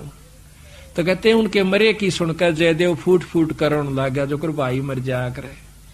रो कर निवासु पूछने लग गया, जब नो टूंडे हाथा थे वो टूटते हैं, नो कहे उसी समय दोनों हाथ नो करे थे, दोनों हाथ पूरे हो गए। बोल सतगुरुदेव की जय। तो संत जयदेव जी की कथा आपने सुन ली है। अब बताइए भाई और बहनों, इस कथा के आधार से यदि हम निर्णय करें तो सतलोक आश्रम करोथा में रहने वाले उन भक्तों को कहाँ ज्ञान था। वो तो एक दूसरे की निंदा चुगली में लगे रहा करते थे, भक्ति और भगवान से उनको कोई मतलब नहीं था। तो भाई और बहनों, ये गलती आने वाले समय में यदि हमारे सामने ऐसी कोई परिस्थितियां प्रकट हो जाए तो हम भाई बहनों ने इस प्रकार की गलतियां करने से बचना है। जिसके जैसे कर्म है, सतगुरु भगवान अंतर्यामी है, ये कबीर परमात्मा कुछ भी छुपा हुआ नहीं है। अरे परमात्मा ने हमें बताया कि 650 साल पहले जब वो गणिका बहन सत्संग सुनकर परमात्मा के सत्संग में ज़्यादा से ज़्यादा आने लगी, तो आश्रम के मुख्य लोग उस बहन को डराने लगे, धमकाने लगे कि तू आश्रम में मत आया कर, तू बदनाम औरत है, तेरे कारण आश्रम की बदनामी हो रही है, गुरु जी की बदनामी हो रही है। और वो बहन एक दिन गुरुदेव के सामने जाकर रोने लगी। तो कबीर जी ने पूछा कि बेटी क्यों रो रही है, क्या बात है। उसने कहा पिताजी ऐसी ऐसी बात है, अब आपका ज्ञान सुनने के बाद मेरे से रहा नहीं जाता और मुझे आश्रम में आने से रोका जाता है मुख्य भाइयों के द्वारा। तो गुरुदेव ने कहा कि बेटा उनका नाम बता, लेकिन उस बहन ने नाम नहीं बताया। गुरुदेव ने कहा कि वो अच्छी आत्मा थी, उसने किसी का नाम नहीं बताया। उसने ये कहा कि मुझे तो जो भी मिलता है बस यही बोलता है। ये कहकर वो रोने लग गई। तो कहाँ वो गणिका बहन और कहाँ वो सरोज बहन, रात और दिन का अंतर भाई और बहनों, रात और दिन का अंतर। तो आगामी समय में आप और हम भाई बहनों ने इस प्रकार से कोई भी गलती इस भक्ति मार्ग पर नहीं करनी है। ये अंतर्यामी भगवान है, अंतर्यामी। हम रोज संध्या आरती में इनके समक्ष खड़े होकर इनकी महिमा में वाणी बोलते हैं कि अंतर्यामी एक तुम आत्म के आधार, और जो तुम छोड़ो हाथ तो मोय कौन उतारे पार। अंतर्यामी से कुछ भी छुपा हुआ नहीं है। जिसके जैसे कर्म है, समय आने पर उसके सामने ऑटोमेटिक आ जाएंगे। हम भगत आपस में निंदा चुगली करके, राग द्वेष ईर्ष्या करके हम क्यों अपने कर्म फोड़ें, हम क्यों अपनी भक्ति बर्बाद करें। तो भाई और बहनों, हमने अपने गुरुदेव पर विश्वास रख के चलना है हर परिस्थिति में। हमारे साथ चाहे कोई कितना ही बुरा क्यों ना करे, आज हमारे साथ में कितना बुरा किया जा रहा है, दास को तो इन सतलोक आश्रम मैनेजमेंट हरियाणा वालों ने जेल तक भिजवा दिया, झूठा मुकदमा लगवा दिया, अनेकों बार मारपीट की, गाली गलौज की तो कोई सीमा ही नहीं। क्या दास ने कभी भी हिसार जेल में अपने गुरुदेव भगवान के पास में इनकी कोई शिकायत भिजवाई? नहीं। दास ने तो अपने मन में भी कभी परमात्मा से इनकी कोई शिकायत नहीं की कि परमेश्वर आप अंतर्यामी हैं, सब कुछ देखने वाले हैं, मेरी तो इच्छा है कि आप इनको क्षमा करें, आप इनको माफ करें, लेकिन परमेश्वर बाकी आपका जैसा भक्ति विधान है वैसा ही होगा। तो भाई और बहनों, हमने निकट भविष्य में इस प्रकार की गलतियां नहीं करनी है। हम सतगुरुदेव भगवान से उपदेश अपने आत्म कल्याण के लिए लेते हैं, भक्ति करने के लिए लेते हैं, एक दूसरे की निंदा चुगली करने के लिए नहीं लेते। हमारे साथ कोई चाहे कितना ही बुरा बर्ताव क्यों ना करें, हमने सहन करना है। साधु वही होता है जो सहन करता है, जो संघर्ष करता है। समय आने पर इस सरोज को बताऊंगा कि निंदा करने का क्या परिणाम होता है। वही प्रतिशोध उस कपटी ने अब आर्य समाजियों के उकसाने पर लिया है। वास्तविकता यह है कि संत रामपाल जी महाराज ने उस ढोंगी के ढोंग का पर्दाफाश करने के लिए भक्ति मार्ग पर शास्त्र अनुकूल तर्क युक्त एक पुस्तक भक्ति और भगवान जो दिसंबर 2005 में लिखी थी, उस पुस्तक में पर्दाफाश होने के पश्चात उसने आर्य समाजियों के उकसाने पर संत रामपाल जी महाराज पर झूठे आरोप लगाए। विचार करने की बात है कि बहन सरोज के माता पिता भी सतलोक आश्रम में सत्संग सुनने व सेवा करने आते जाते रहते हैं। उन्हीं के साथ उनकी बेटी सरोज भी सतलोक आश्रम करोथा में सेवा करने तथा सत्संग सुनने के उद्देश्य से जाती रही है। जैसे उस ढोंगी संजय उर्फ कृष्ण दास की बहन 26 वर्ष भी अपने माता तथा पिता श्री बलवान सिंह के साथ जाती रही है। कभी कभी अकेली भी जाती रही है, क्योंकि गुरु का दर्जा परम पिता का होता है। अब देखो भाई और बहनों, बातें तो ऐसी लिख रहे हैं कि जैसे बिल्कुल समझ गए हो हर बात को, कि गुरु का दर्जा परम पिता का होता है। अरे परम पिता कौन है? परम पिता है कबीर जी, जिसने सारी सृष्टि रची है। और आश्रम मैनेजमेंट लिख रहा है कि गुरु का दर्जा परम पिता का होता है। अगर आपने सतगुरु रामपाल जी को परम पिता का दर्जा दे दिया होता तो आप इस प्रकार की महा गलतियां ना करते। आज आप वर्तमान में करोथा कांड के 18 साल बाद आज आप वर्तमान में उस डाढ़ी मूंछ वाले नकली कबीर को भगवान मानकर जून के महीने में उसका कबीर प्रकट दिवस नहीं मनाते। यदि आप अपने गुरु को ही परम पिता का दर्जा दे चुके होते तो भाई और बहनों, करनी तज कथनी कथ है, अज्ञानी दिन रात कुत्ते जू भोकत फिर है, सुनी सुनाई बात है। क्योंकि गुरु का दर्जा परम पिता का होता है, जहां निसंकोच श्रद्धालु जाते हैं।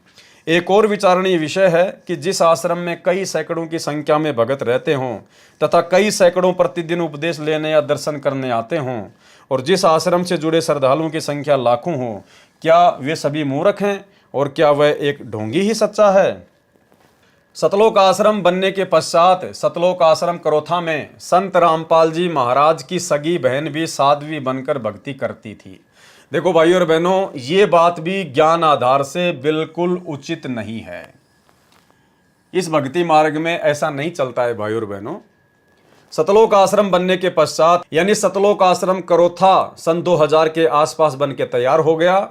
सतलोक आश्रम बनने के पश्चात सतलोक आश्रम करोथा में संत रामपाल जी महाराज की सगी बहन भी साध्वी बनकर रहती थी। क्या बनकर रहती थी? साध्वी बनकर रहती थी।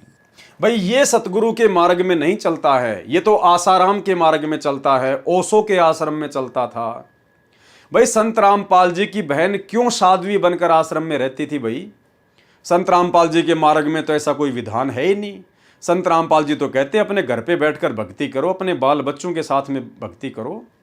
संत रामपाल जी की बहन कोई विधवा तो थी नहीं।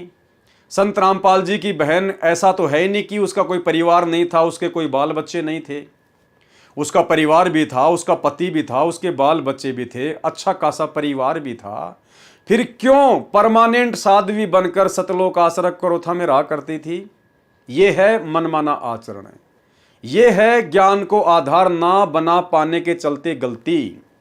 अब बताइए, परमानेंट रहा करती थी कि बस अब तो मैं आश्रम में रहूंगी, भक्ति करूंगी और कुछ नहीं। और जब करोथा कांड हुआ तब कहां जाना पड़ा? बताइए। अरे आप तो परमानेंट आश्रम में आई थी ना, साध्वी बनकर भक्ति करती थी ना। साध्वी का मतलब होता है फिर दोबारा अपने घर के दर्शन भी ना करना, दोबारा अपने घर पर ना जाना, उसको कहते हैं साध्वी बनकर किसी आश्रम में रह के भक्ति करना। घर परिवार से, समाज से संन्यास ले लेना, उसको कहते हैं साध्वी। तो जब क्रोथा कांड हुआ 2006 में, फिर वो साध्वी कहाँ चली गई? फिर सतगुरु रामपाल जी परमेश्वर जी की वो कलयुगी बहन, वो साध्वी कहाँ चली गई भाई? वो तो साध्वी बन के भक्ति करने आई थे ना परमानेंट आश्रम में। तो भाई और बहनों, ये गलती आप और हमने बिल्कुल भी नहीं करनी है। हम जैसे भी हैं, जिस भी हालात में हैं, अपने परिवार में, अपने बाल बच्चों के साथ में अगर थोड़ा बहुत संघर्ष है, कोई दिक्कत नहीं है।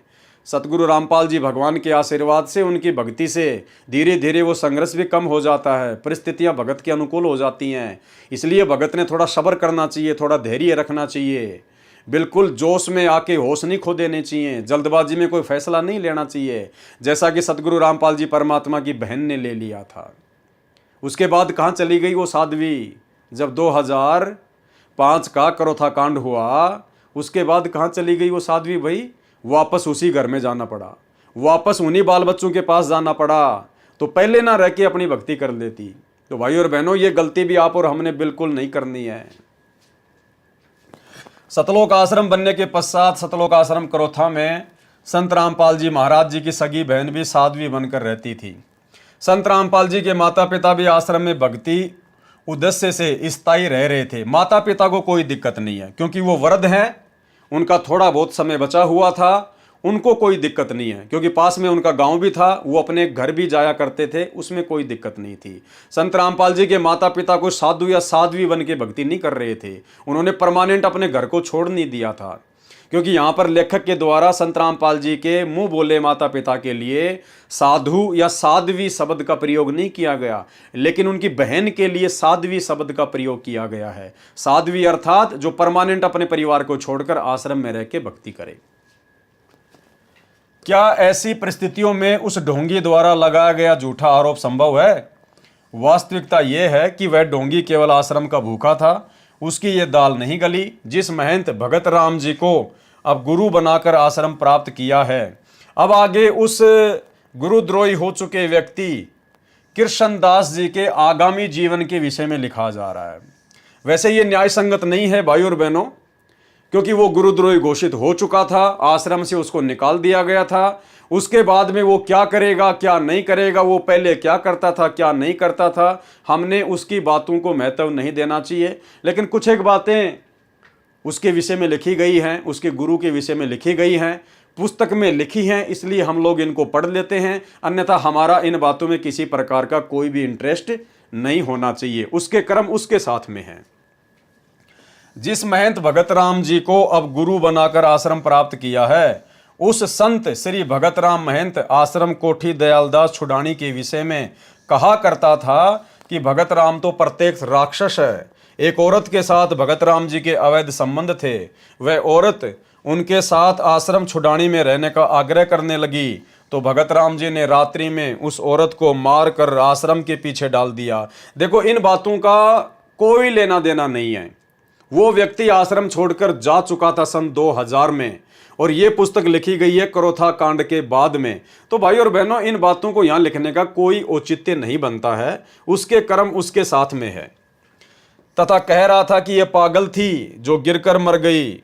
वह संजय उर्फ कृष्णदास वर्तमान में उसी भगत राम जी को गुरु बनाकर आगे नामदान कर रहा है। उसके विषय में भी अभद्र टिप्पणी करता था। अब एक कोठड़ी वाला आश्रम उस संत से इस पाखंडी को मिल गया। पहले तो भगत राम जी पूर्ण संत नहीं था तथा चरित्रहीन था, अब आश्रम दे दिया तो वही भगत राम जी पूर्ण संत हो गया। ऐसा पाखंडी व स्वार्थी व्यक्ति संजय उर्फ कृष्णदास, जिसने पुस्तक शैतान बना भगवान लिखी है। छुडानी महंतों के बदमाशों व आर्य समाज के असामाजिक तत्वों ने सतलोक आश्रम व संत रामपाल जी को जान से मारने तथा आश्रम को नष्ट करने के षड्यंत्र को अमली जामा पहनाने के दुष्कृत्य की अनुमति लेने के लिए 9 जुलाई 2006 को मुख्यमंत्री हरियाणा के साथ बहादुरगढ़ में एक मीटिंग की।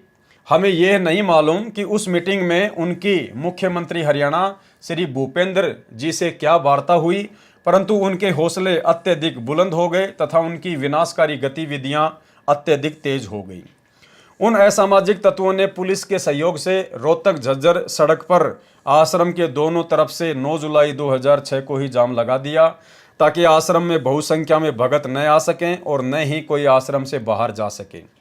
इन्हीं दिनों में गुरु पूर्णिमा के अवसर पर 9, 10, 11 जुलाई 2006 को भारी संख्या में भक्तों को सतलोक आश्रम में आना था। 9 जुलाई 2006 से पहले 4-5 हजार श्रद्धालु पहुंच चुके थे। पुलिस प्रशासन के सहयोग से असामाजिक तत्वों ने आश्रम में खाद्य सामग्री तथा अन्य आवश्यक वस्तुओं को भी नहीं आने दिया, बिजली के कनेक्शन को भी काट दिया और पानी की व्यवस्था को भी नष्ट कर दिया। गुरु पूर्णिमा के अवसर पर हजारों शिष्यों ने आना था, लेकिन असामाजिक तत्वों ने पुलिस प्रशासन के सहयोग से आश्रम में नहीं आने दिया। 11 जुलाई 2006 को भी यही स्थिति बनी रही और असामाजिक तत्वों को इकट्ठा किया जाता रहा। इसके साथ ही आश्रम पर आक्रमण करने का प्रबंध भी किया जाता रहा और हथियार, लाठियां, जेड़ियां, देसी कट्टे, पिस्टल, बंदूकें, पेट्रोल बम इत्यादि का इंतजाम किया जाता रहा। 11 जुलाई 2006 की रात को ये असामाजिक तत्व पुलिस की मौजूदगी में लाउड स्पीकर पर धमकी दे रहे हैं कि 12 जुलाई 2006 को आश्रम तथा आश्रम में उपस्थित व्यक्तियों को जला दिया जाएगा, गोलियों से मार दिया जाएगा। भाइयों और बहनों, ये बिल्कुल होना ही होना था, इसमें कोई दो राय नहीं है। काल ने बिल्कुल ऐसा ही करवाना था, क्योंकि ये करोथा आश्रम मैनेजमेंट से संबंधित मुख्य भक्तों की मनमानियों का नतीजा था। सतगुरु रामपाल जी परमात्मा ने अपनी स्व इच्छा से सतलोक आश्रम करोथा को नहीं खोला, नहीं बनाया। आपने देख लिया लिखा हुआ इसी पुस्तक में, भक्तों की सलाह के ऊपर उन्होंने आश्रम ओपन किया था और काल का दाव लगा, ये करोथा कांड हुआ, काल को मौका मिला। तो भाइयों और बहनों, होना यही था जैसा यहाँ पर लिखा जा रहा है ना, बिल्कुल ऐसा ही होना था। सभी भक्तों को जला दिया जाना था, सैकड़ों भक्तों को मार दिया जाना था, हर प्रकार से तांडव मचाया जाना था। लेकिन भाई समर्थ धरती पर है सतगुरु रामपाल जी, यदि कोई सामान्य संत होते तो भाइयों और बहनों, इनकी हड्डियां भी ढूंढने पर नहीं मिलती अंतिम संस्कार के लिए, और भक्तों की दुर्गति होती वो अलग एक इतिहास बन जाता। लेकिन समर्थ सतगुरुदेव भगवान आश्रम में बैठे हुए थे, जिनकी तरफ किसी का ध्यान नहीं था, जिनसे किसी ने कोई पुकार नहीं की, कोई अरदास नहीं की, और कहीं से सुरक्षा के इंतजाम में सतलोक आश्रम करोथा मैनेजमेंट लगा रहा। एसपी, डीएसपी या अन्य कोई नेता मंत्रियों से ही सुरक्षा की गुहार लगाते रहे। अरे समर्थ के आगे जाके रोते, इनके चरणों में जाके पड़ जाते, अपने गलतियों की भीख मांगते, माफी मांगते, और अंत में भाइयों और बहनों, जो सुरक्षा की वो भी समर्थ ने ही की। 12 जुलाई 2006 को आश्रम तथा आश्रम में उपस्थित व्यक्तियों को जला दिया जाएगा, गोलियों से मार दिया जाएगा। इस विषय में सभी अधिकारियों, SP, DC, IG range, ADGP, CID और डीजीपी हरियाणा, मुख्यमंत्री तथा अन्य हस्तियों को फैक्स संदेशों तथा अन्य संदेशों से सूचित कर दिया गया था और ये प्रार्थना की गई कि इन खतरनाक स्थिति को टालने के लिए आवश्यक सुरक्षा व्यवस्था की जाए। देखो भाइयों और बहनों, सतगुरु समर्थ भगवान तो आश्रम में बैठा है, समर्थ सतगुरु तो सतलोक आश्रम करोथा में बैठा हुआ है। उनसे कोई किसी प्रकार की सुरक्षा की गुहार नहीं लगा रहा, क्योंकि जितने भी मुख्य लोग थे, जो भगत थे, वो गुरु को मानुष मानते थे, संत रामपाल जी को अपने जैसा व्यक्ति मानते थे, मानुष मानते थे कि ये क्या कर सकते हैं, ये तो फंसे हुए हैं और हम भी फंस गए इनके साथ साथ है। और उस स्थिति में उन लोगों से भयभीत होकर सुरक्षा की गुहार सतलोक आश्रम करोथा मैनेजमेंट के द्वारा किससे की जा रही है? इस विषय में सभी अधिकारियों, SP, DC, IG range, ADGP, CID और डीजीपी हरियाणा, मुख्यमंत्री तथा अन्य हस्तियों को फैक्स संदेशों तथा अन्य संदेशों से सूचित कर दिया गया था और यह प्रार्थना की गई, उन अधिकारियों से प्रार्थना की जा रही है। समर्थ आश्रम में बैठा है, समर्थ को परमात्मा ना मानकर उनसे कोई प्रार्थना नहीं की जा रही कि इस खतरनाक स्थिति को टालने के लिए आवश्यक सुरक्षा व्यवस्था की जाए। और अंत में कोई सुरक्षा व्यवस्था नहीं हुई, कोई सुरक्षा व्यवस्था नहीं हुई, क्योंकि जब आप अपने गुरुजी से उम्मीद तोड़कर और जब आप संसार से उम्मीद लगा बैठते हो तो भाई फिर परमात्मा उसे सफल नहीं होने देता। सेम टू सेम महाभारत जैसी वाली स्थिति। जब तक द्रौपदी को अपने पतियों पर अहंकार था, घमंड था कि मेरे 5 पति बैठे हैं, मेरा कौन क्या बिगाड़ देगा, और जब सबकी नीची गर्दन हो गई तब जाकर द्रौपदी उस परमपिता परमेश्वर से अर्ज करने लगी, अरदास करने लगी। तो सतलोक आश्रम करोथा मैनेजमेंट ने समर्थ को ना पहचान कर, जो कि वहीं बैठे हुए थे, उनसे अर्ज ना करके, उनसे अरदास ना करके, उनसे विनती ना करके, एसपी डीसी पता नहीं अधिकारियों से, इन लोगों से सुरक्षा की गुहार लगाई जा रही है। तो समर्थ भाई उस समय तक भगत की कोई मदद नहीं करता जिस समय तक भगत संसार से उम्मीद रखता है। और इन्होंने सबसे अर्ज की, विनती की, और अंत में क्या मिला इनको? लेकिन इस विषय में कोई कार्रवाई नहीं की गई, इनकी किसी ने कोई बात नहीं सुनी। अरे बाहर तो काल था भाई, सारा काम तो काल करवा ही रहा था। समर्थ तो तुम्हारे साथ में बैठा था, ये दयाल तो आश्रम में बैठा है, और तुम काल की व्यवस्था से सुरक्षा की गारंटी चाह रहे हो। उस काल की व्यवस्था से, उन नेताओं से, उन अधिकारियों से तुम लोग सुरक्षा की डिमांड कर रहे हो, लेकिन कोई किसी प्रकार की उनकी सुरक्षा नहीं हो पाई, क्योंकि काल की और दयाल की तो लड़ाई है। अंदर दयाल बैठा था, बाहर काल सब कुछ करवा रहा था, और काल से ही ये सतलोक आश्रम करोथा मैनेजमेंट सहायता मांग रहा था। कहां से देगा भाई? शिक्षा लेनी है भाई और बहनों, शिक्षा। खैर आप और हम सत्सेवक भाई बहन तो संकल्प ले चुके हैं, हम तो किसी से उधार मदद भी नहीं लेंगे, 2 रुपए की भी, चाहे भूखा क्यों ना सोना पड़े। और बाकी तो बात ही छोड़ दीजिए, हम केवल अपने गुरुदेव भगवान के अलावा किसी और से उम्मीद नहीं रखेंगे। चाहे 2 दिन खाना ना मिले, चाहे 10 दिन ना मिले, चाहे भूखे मर जाएं, लेकिन अपने गुरु जी के अतिरिक्त, इनके चरणों में रोने के अतिरिक्त हम अपने किसी रिश्तेदार से, जान पहचान वाले तो हमारे कोई बचे नहीं, क्योंकि भक्ति मार्ग में यारी दोस्ती नहीं चलती है। रिश्तेदारों से मदद नहीं लेंगे, और किसी से मदद नहीं लेंगे, अपने भगत भाइयों से भी मदद नहीं लेंगे। हम तो यहाँ तक का संकल्प कर चुके हैं। तो भाई और बहनों, हमने विशेष तौर पर इन बातों को अपने दिलो दिमाग में, अपने जहन में बैठा लेना है। अगर आपकी मोटरसाइकिल भी मार्केट में पकड़ी जाए, भले आपके मोबाइल में आपके 10 रिश्तेदारों के नंबर हैं, चाहे आपका रिश्तेदार, चाहे आपके शहर का मुख्यमंत्री क्यों ना है, आपके स्टेट का मुख्यमंत्री क्यों ना है, आपने वो गाड़ी छुड़वाने के लिए उससे भी सहायता नहीं ले ली, उससे भी फोन नहीं करवाना। आपका कोई मित्र चाहे कितना बड़ा अधिकारी क्यों ना है, वो आपके काम को आसानी से कर सकता है, लेकिन आपने उससे भी मदद प्राप्त नहीं करनी है। पकड़ी गई तो पकड़ी गई, आप उन्हीं से कहिए कि भाई साहब देख लीजिए, जैसा भी है, जैसा भी है का मतलब ये नहीं कि वो रिश्वत मांगेगा तो हम रिश्वत दे देंगे, नहीं। उनको बताइए भाई साहब ठीक है, मेरी गलती है, मेरे पास में कागज़ नहीं था, आगे से ध्यान रखूंगा। अब जैसा भी है आप जी, जो भी सरकारी खर्चा है, जो भी इसकी जो रसीद जो कटे आप मुझे दे दीजिए, 100, 50, 200, 500 रुपये। हमने केवल वो रसीद कटवा कर, पैसे देकर ही हमने अपनी गाड़ी छुड़वानी है, अन्यथा हमने किसी से कोई उम्मीद किसी प्रकार की नहीं करनी है। और हमने अपने गुरुदेव भगवान के द्वारा दिया गया नाम, चाहे प्रथम नाम है, चाहे सतनाम है, चाहे सार नाम है, उसी समय हमने उसका सुमरण शुरू कर देना है। हालांकि भगत का तो सुमरण चालू ही रहता है, यदि भूल पड़ जाए तो हमने उस समय इधर उधर की चिंता ना करके, और हमने केवल अपने गुरुदेव का सुमरण करना है। सुमरण करने का मतलब है आप अपने गुरुदेव को पुकार रहे हो, आप अपने गुरुदेव को याद कर रहे हो, और परमात्मा 100% कोई न कोई समाधान आपकी समस्या का जरूर निकालेगा। तो भाई और बहनों, हमने इन पुस्तकों को पढ़ने के पीछे हमारा मकसद यही है कि हम शिक्षा लें।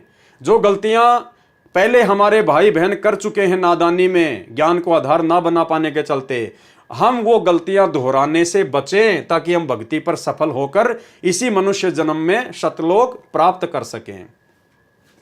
लेकिन इस विषय में कोई कार्रवाई नहीं की गई, अर्थात सतलोक आश्रम करोथा मैनेजमेंट की बाहर से कोई भी मदद नहीं हो पाई। 12 जुलाई 2006 को भारी संख्या में असामाजिक तत्वों को टेम्पू और ट्रकों के जरिए डिग्गल गांव में इकट्ठा किया गया। इन तत्वों के हाथों में सतलोक आश्रम पर आक्रमण करने के लिए जेली, गंडासे, पेट्रोल बम, बंदूकें तथा दूसरे हथियार थे। 12 जुलाई 2006 को लगभग दिन के 12:30 पर इन लोगों ने सतलोक आश्रम की तरफ धावा बोल दिया। उस समय आश्रम के पास पुलिस उपस्थित थी। आक्रमणकारियों को रोकने की चेष्टा की, पहले पानी छोड़ा, फिर आंसू गैस के गोले दागे, फिर भी आक्रमण करने वाली भीड़ नहीं रुकी तो पुलिस ने गोलियां चलाई।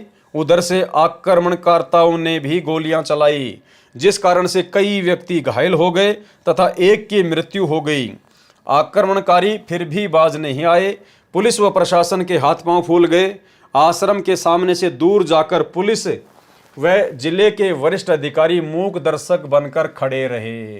अरे तुम तो बाहर से सुरक्षा मांग रहे थे ना, सतलोक आश्रम करोथा मैनेजमेंट वालों, गुरुजी के परिवार वालों, बड़े बड़े भक्तों, तुम तो सतलोक आश्रम करोथा में बैठकर बाहर के प्रशासन से मदद मांग रहे थे, जबकि तुम्हारे आश्रम की सुरक्षा के लिए पहले से जो थोड़े बहुत पुलिस वाले थे वो भी बाद में आश्रम को छोड़ छाड़ के बाहर भाग गए। तुम किससे मदद की उम्मीद कर रहे थे? जो हाईकोर्ट के द्वारा तुमको दिए गए थे सुरक्षा के लिए, अरे वो भी तुम्हें छोड़ छाड़ के भाग गए और तुम बाहर वालों से मदद की उम्मीद कर रहे थे। इसके पश्चात आक्रमणकारी अत्यधिक बौखला गए और आक्रमणकारियों ने आश्रम को चारों तरफ से घेर लिया। वहां पर मौजूद पुलिस भी आश्रम के सामने हट गई। असामाजिक तत्वों ने आश्रम पर पत्थर, पेट्रोल बम, बंदूकों तथा अन्य हथियारों से आक्रमण शुरू कर दिया तथा उसको रोकने के लिए पुलिस ने कोई कार्यवाही नहीं की। इसको रोकने के लिए भक्तों ने टेलीफोन पर, अब देखो भाई और बहनों, फिर से गलती, फिर से महागलती, फिर से महागलती। समर्थ के पास में कोई नहीं जा रहा, समर्थ के पास में कोई नहीं जा रहा, समर्थ के ऊपर कोई विश्वास नहीं कर रहा। बाहर से मदद ली जा रही है, बाहर से मदद ली जा रही है। उसके बाद क्या किया सतलोक आश्रम करोथा मैनेजमेंट ने? इसको रोकने के लिए भक्तों ने टेलीफोन पर जिला उपायुक्त व पुलिस अधीक्षक से भी प्रार्थना की। अपने गुरुजी से कोई प्रार्थना नहीं कर रहा, अपने गुरुजी से कोई प्रार्थना नहीं कर रहा। अरे लेके माड़ा बैठ जाते आश्रम में, जब समर्थ बैठा है, जब धनी बैठा है, तो तुम्हें किस चीज की चिंता है मेरे भाई? लेकिन उस समय कोई भी इनको समर्थ नहीं मानता था, कोई भी इनको भगवान नहीं मानता था, पूर्ण संत नहीं मानता था। और यही कारण है भाई और बहनों, जब आप ज्ञान को आधार बनाकर भक्ति नहीं करते हैं तो आपको गुरु में मानुष के अलावा कुछ भी दिखाई नहीं देता है।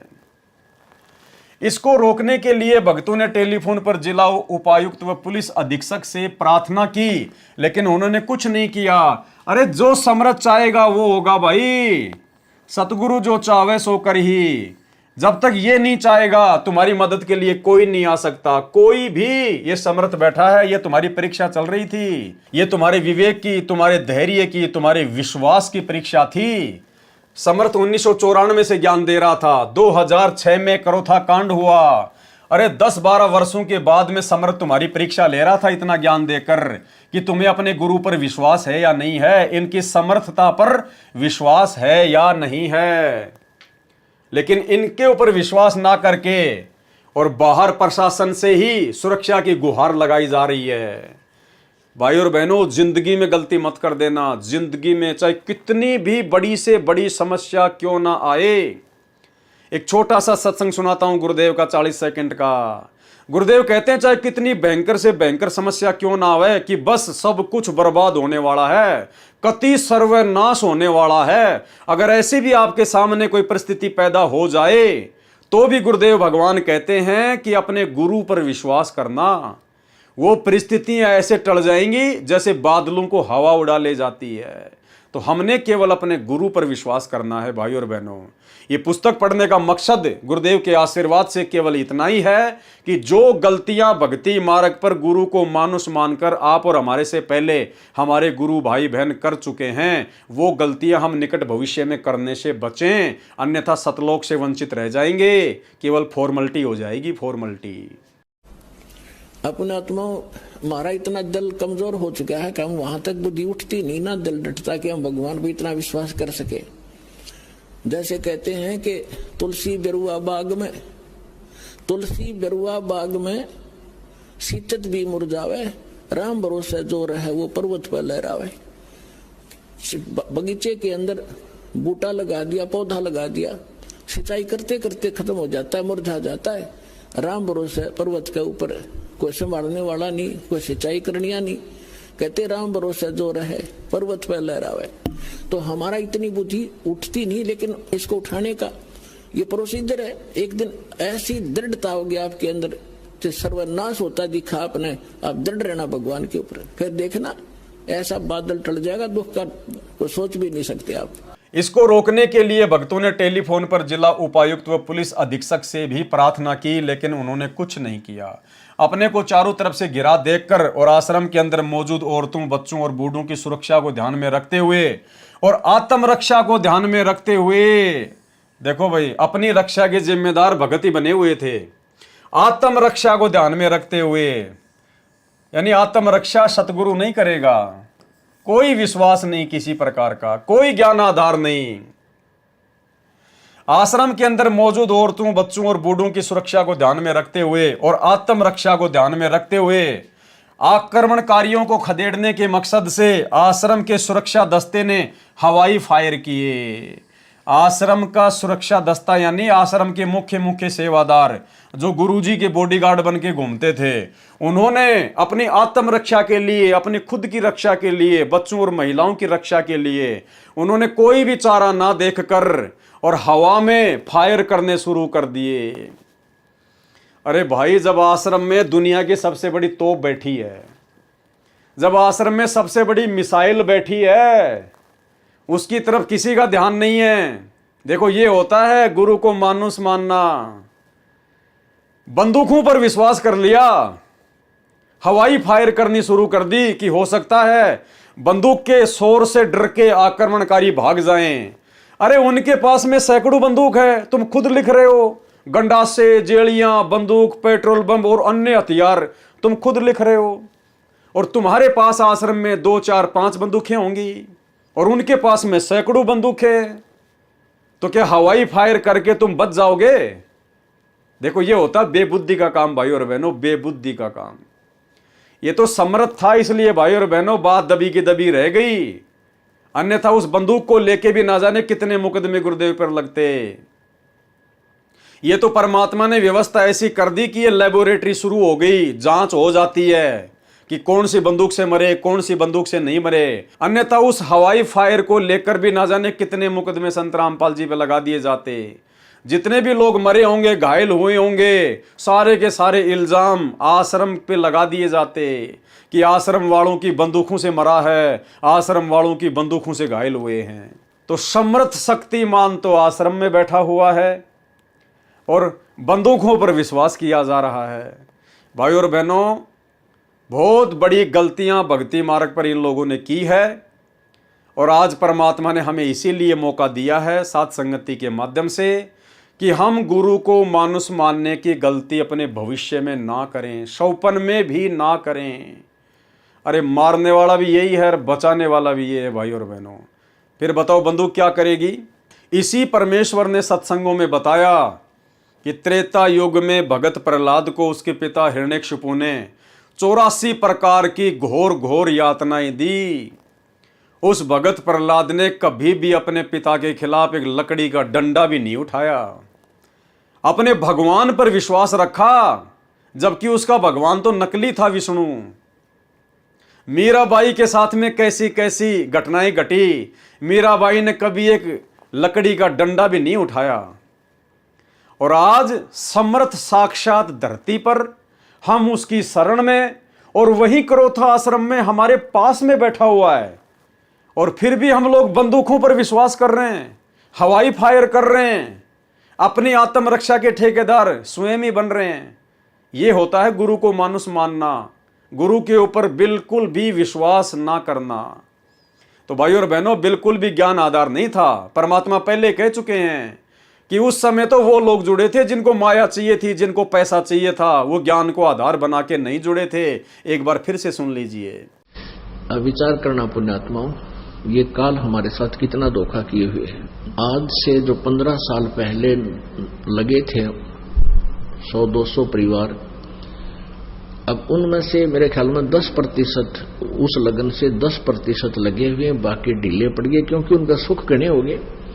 वो तो माया चाव थे, उनको ज्ञान था को नहीं, क्योंकि दास को भी परमात्मा ने या ज्ञान योग नहीं खोला था जब तक, क्योंकि इस ज्ञान को परमात्मा ने बैन ला रखा था कि अभी इसको प्रचार नहीं करना। क्योंकि जैसे ये ज्ञान तो दास बताता था, गांव गांव में जाकर सत्संग किया करता था, लेकिन कबीर परमेश्वर जी की वाणी से ही ये यूं का यूं बताया करता था कि ब्रह्मा विष्णु महेश की ये स्थिति है, दुर्गा की ये स्थिति है। लेकिन आम व्यक्ति का विश्वास नहीं होता, जो हमारे शिष्य थे उनका विश्वास ना होता कि ठीक है, उनको लाभ हो रहे थे, परमात्मा के नाम लेते उनके सारे संकट दूर होने लगे थे, इसलिए शिष्य तो बनने शुरू हो गए थे। क्योंकि ये जो मंत्र है, इस मंत्र का जाप पूरे विश्वास लगन के साथ जो व्यक्ति करता है, उसको ज्ञान है या ना है, जैसे डॉक्टर कोई दवाई देता है, औषधि देता है, मरीज खा लेता है, तो उसको नहीं पता इसमें कौन सा केमिकल है, कौन सा साल्ट है, तो वह दवाई अंदर गई, लाभ तो करेगी। तो ऐसे जो पुराने समय में जो भक्त लगे थे, उनको लाभ तो नरे हो गए, क्योंकि वो हमारे संग में ज्यादा रहते थे। जहां भी कहीं पाठ होता था वो सारे ही वहां आ जाते थे कि उनका सुख गणे होया करते। कुछ दिनों के बाद फिर वो अच्छे सुखी हो गए, घर में सुख हो गया, सारे लाभ होने लग गए। तो फिर हमने आश्रम करौथा में डेरा डाल लिया, वहां भी कुछ दिन आए, फिर ढीले पड़ गए, फिर संगत ज्यादा होती रही, ऐसे वो पीछे हट गए। तो कहने का भाव ये है कि एक समय ऐसा आता, वो हमसे दूर नहीं है, वो हमारे कोई ये भी नहीं है कि हम गुरु जी से दूर हो गए, लेकिन वो कमजोर पड़ गए। तो भाई और बहनों, ये गलती करने से हमने बचना है, शिक्षा लेनी है। आक्रमणकारियों को खदेड़ने के मकसद से आश्रम के सुरक्षा दस्ते ने हवाई फायर किए। पुलिस व आक्रमणकर्ताओं के बीच हुई फायरिंग व पथराव से उपरोक्त दुर्घटना होने के पश्चात जिला प्रशासन की नींद खुली और करौथा गांव के आसपास धारा 144 CRPC लगाई, जो केवल एक नाटक था। यह सिलसिला 13 जुलाई 2006 सुबह 2 बजे तक चलता रहा। बाद में भारी संख्या में पैरामिलिट्री फोर्स बुलाई गई।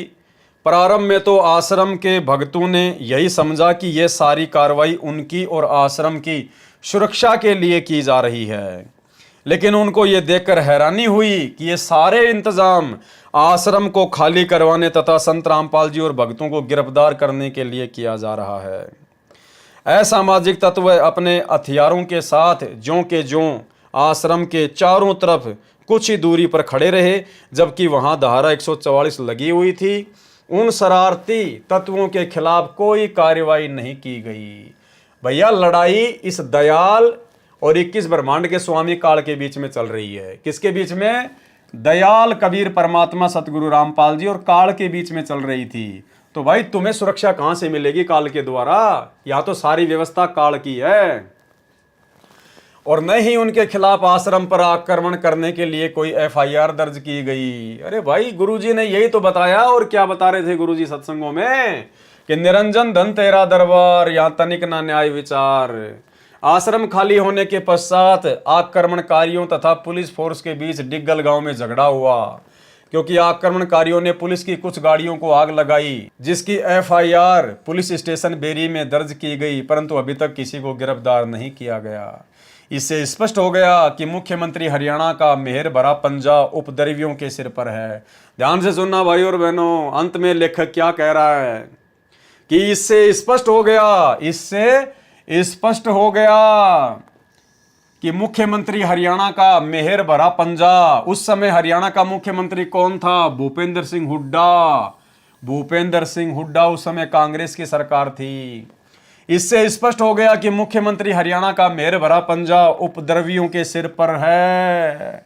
और भाई और बहनों, बरवाला कांड के बाद 2019 में जिस भूपेंद्र हुड्डा के संरक्षण में करौथा कांड हुआ, संत रामपाल जी को और उनके फॉलोवर्स को जो है बदनाम किया गया, परेशान किया गया, आश्रम को उजाड़ दिया गया, उसी भूपेंद्र सिंह हुड्डा को सतलोक आश्रम मैनेजमेंट हरियाणा ने, गुरुदेव के परिवार ने, राष्ट्रीय समाज सेवा समिति वालों ने सन 2019 में भगत समाज को पीला पर्चा दिखाकर, गुरुदेव का आदेश बताकर उसी भूपेंद्र सिंह हुड्डा को जिताने के लिए कमर तोड़ मेहनत की गई।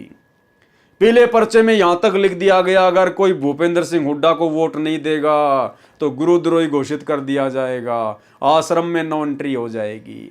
तो बताओ भाई और बहनों, असली गुरुद्रोही कौन? अरे जिस मुख्यमंत्री ने तुम्हारे गुरुदेव को इतना दुखी किया, इतना परेशान किया, करोथा कांड के तहत 21 महीने रोहतक की जेल में कष्ट उठाने के लिए बाध्य किया, तुम्हारा आश्रम उजाड़ दिया। अरे तुम उसी शैतान व्यक्ति को जिताने के लिए कमर तोड़ मेहनत कर रहे हो, तो तुमसे बड़ा बेबुद्धि वाला इंसान धरती पर कौन होगा? तुमसे बड़ा गुरु का विरोधी, गुरुद्रोही और धरती पर कौन होगा? और गुरुद्रोही कहा जाता हम सत्सेवकों को। निरंजन धन तेरा दरबार, यहां तनिक ना न्याय विचार। भाई और बहनों, ये सबके काले कारनामे सामने आ रहे हैं। इससे स्पष्ट हो गया कि मुख्यमंत्री हरियाणा का मेहर भरा पंजा उपद्रवियों के सिर पर है। बड़े शर्म की बात है कि प्रशासन ने असामाजिक तत्वों को कितना हौसला दिया कि उन्होंने पुलिस की गाड़ी समेत अन्य वाहनों को भी पुलिस के सामने जलाया, और फिर भी पुलिस ने न तो उनको गिरफ्तार किया और न ही आश्रम के चारों ओर खदेड़ा। क्यों खदेड़ेगी भाई? पुलिस भी काल की, उपद्रवीकारी भी काल के, षड्यंत्र भी काल का। तो भाई काल अपने वालों को क्यों परेशान करेगा?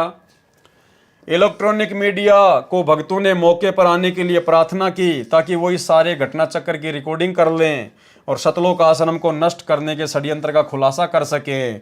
लेकिन दुर्भाग्यवश पुलिस ने उनको ऐसा नहीं करने दिया और उनके हाथों से कैमरा छीनकर तोड़ दिया और उनको पीटा भी गया, और ये कहा गया कि उन्होंने यदि दोबारा कोई इस घटना की कवरेज की तो उनके खिलाफ सख्त कार्रवाई की जाएगी। एक और आश्चर्य की बात है कि जिन असामाजिक तत्वों ने कानून हाथ में लिया तथा शांतिपूर्वक सत्संग सुन रहे श्रद्धालुओं व आश्रम के संचालक संत रामपाल जी महाराज को जान से मारने के लिए आए और पुलिस व पब्लिक की गोलियों व पत्थरों से जो असामाजिक तत्व घायल हुए तथा मृत्यु को प्राप्त हुआ, उनको सरकार की ओर से ग्रांट अर्थात सहायता राशि दी गई।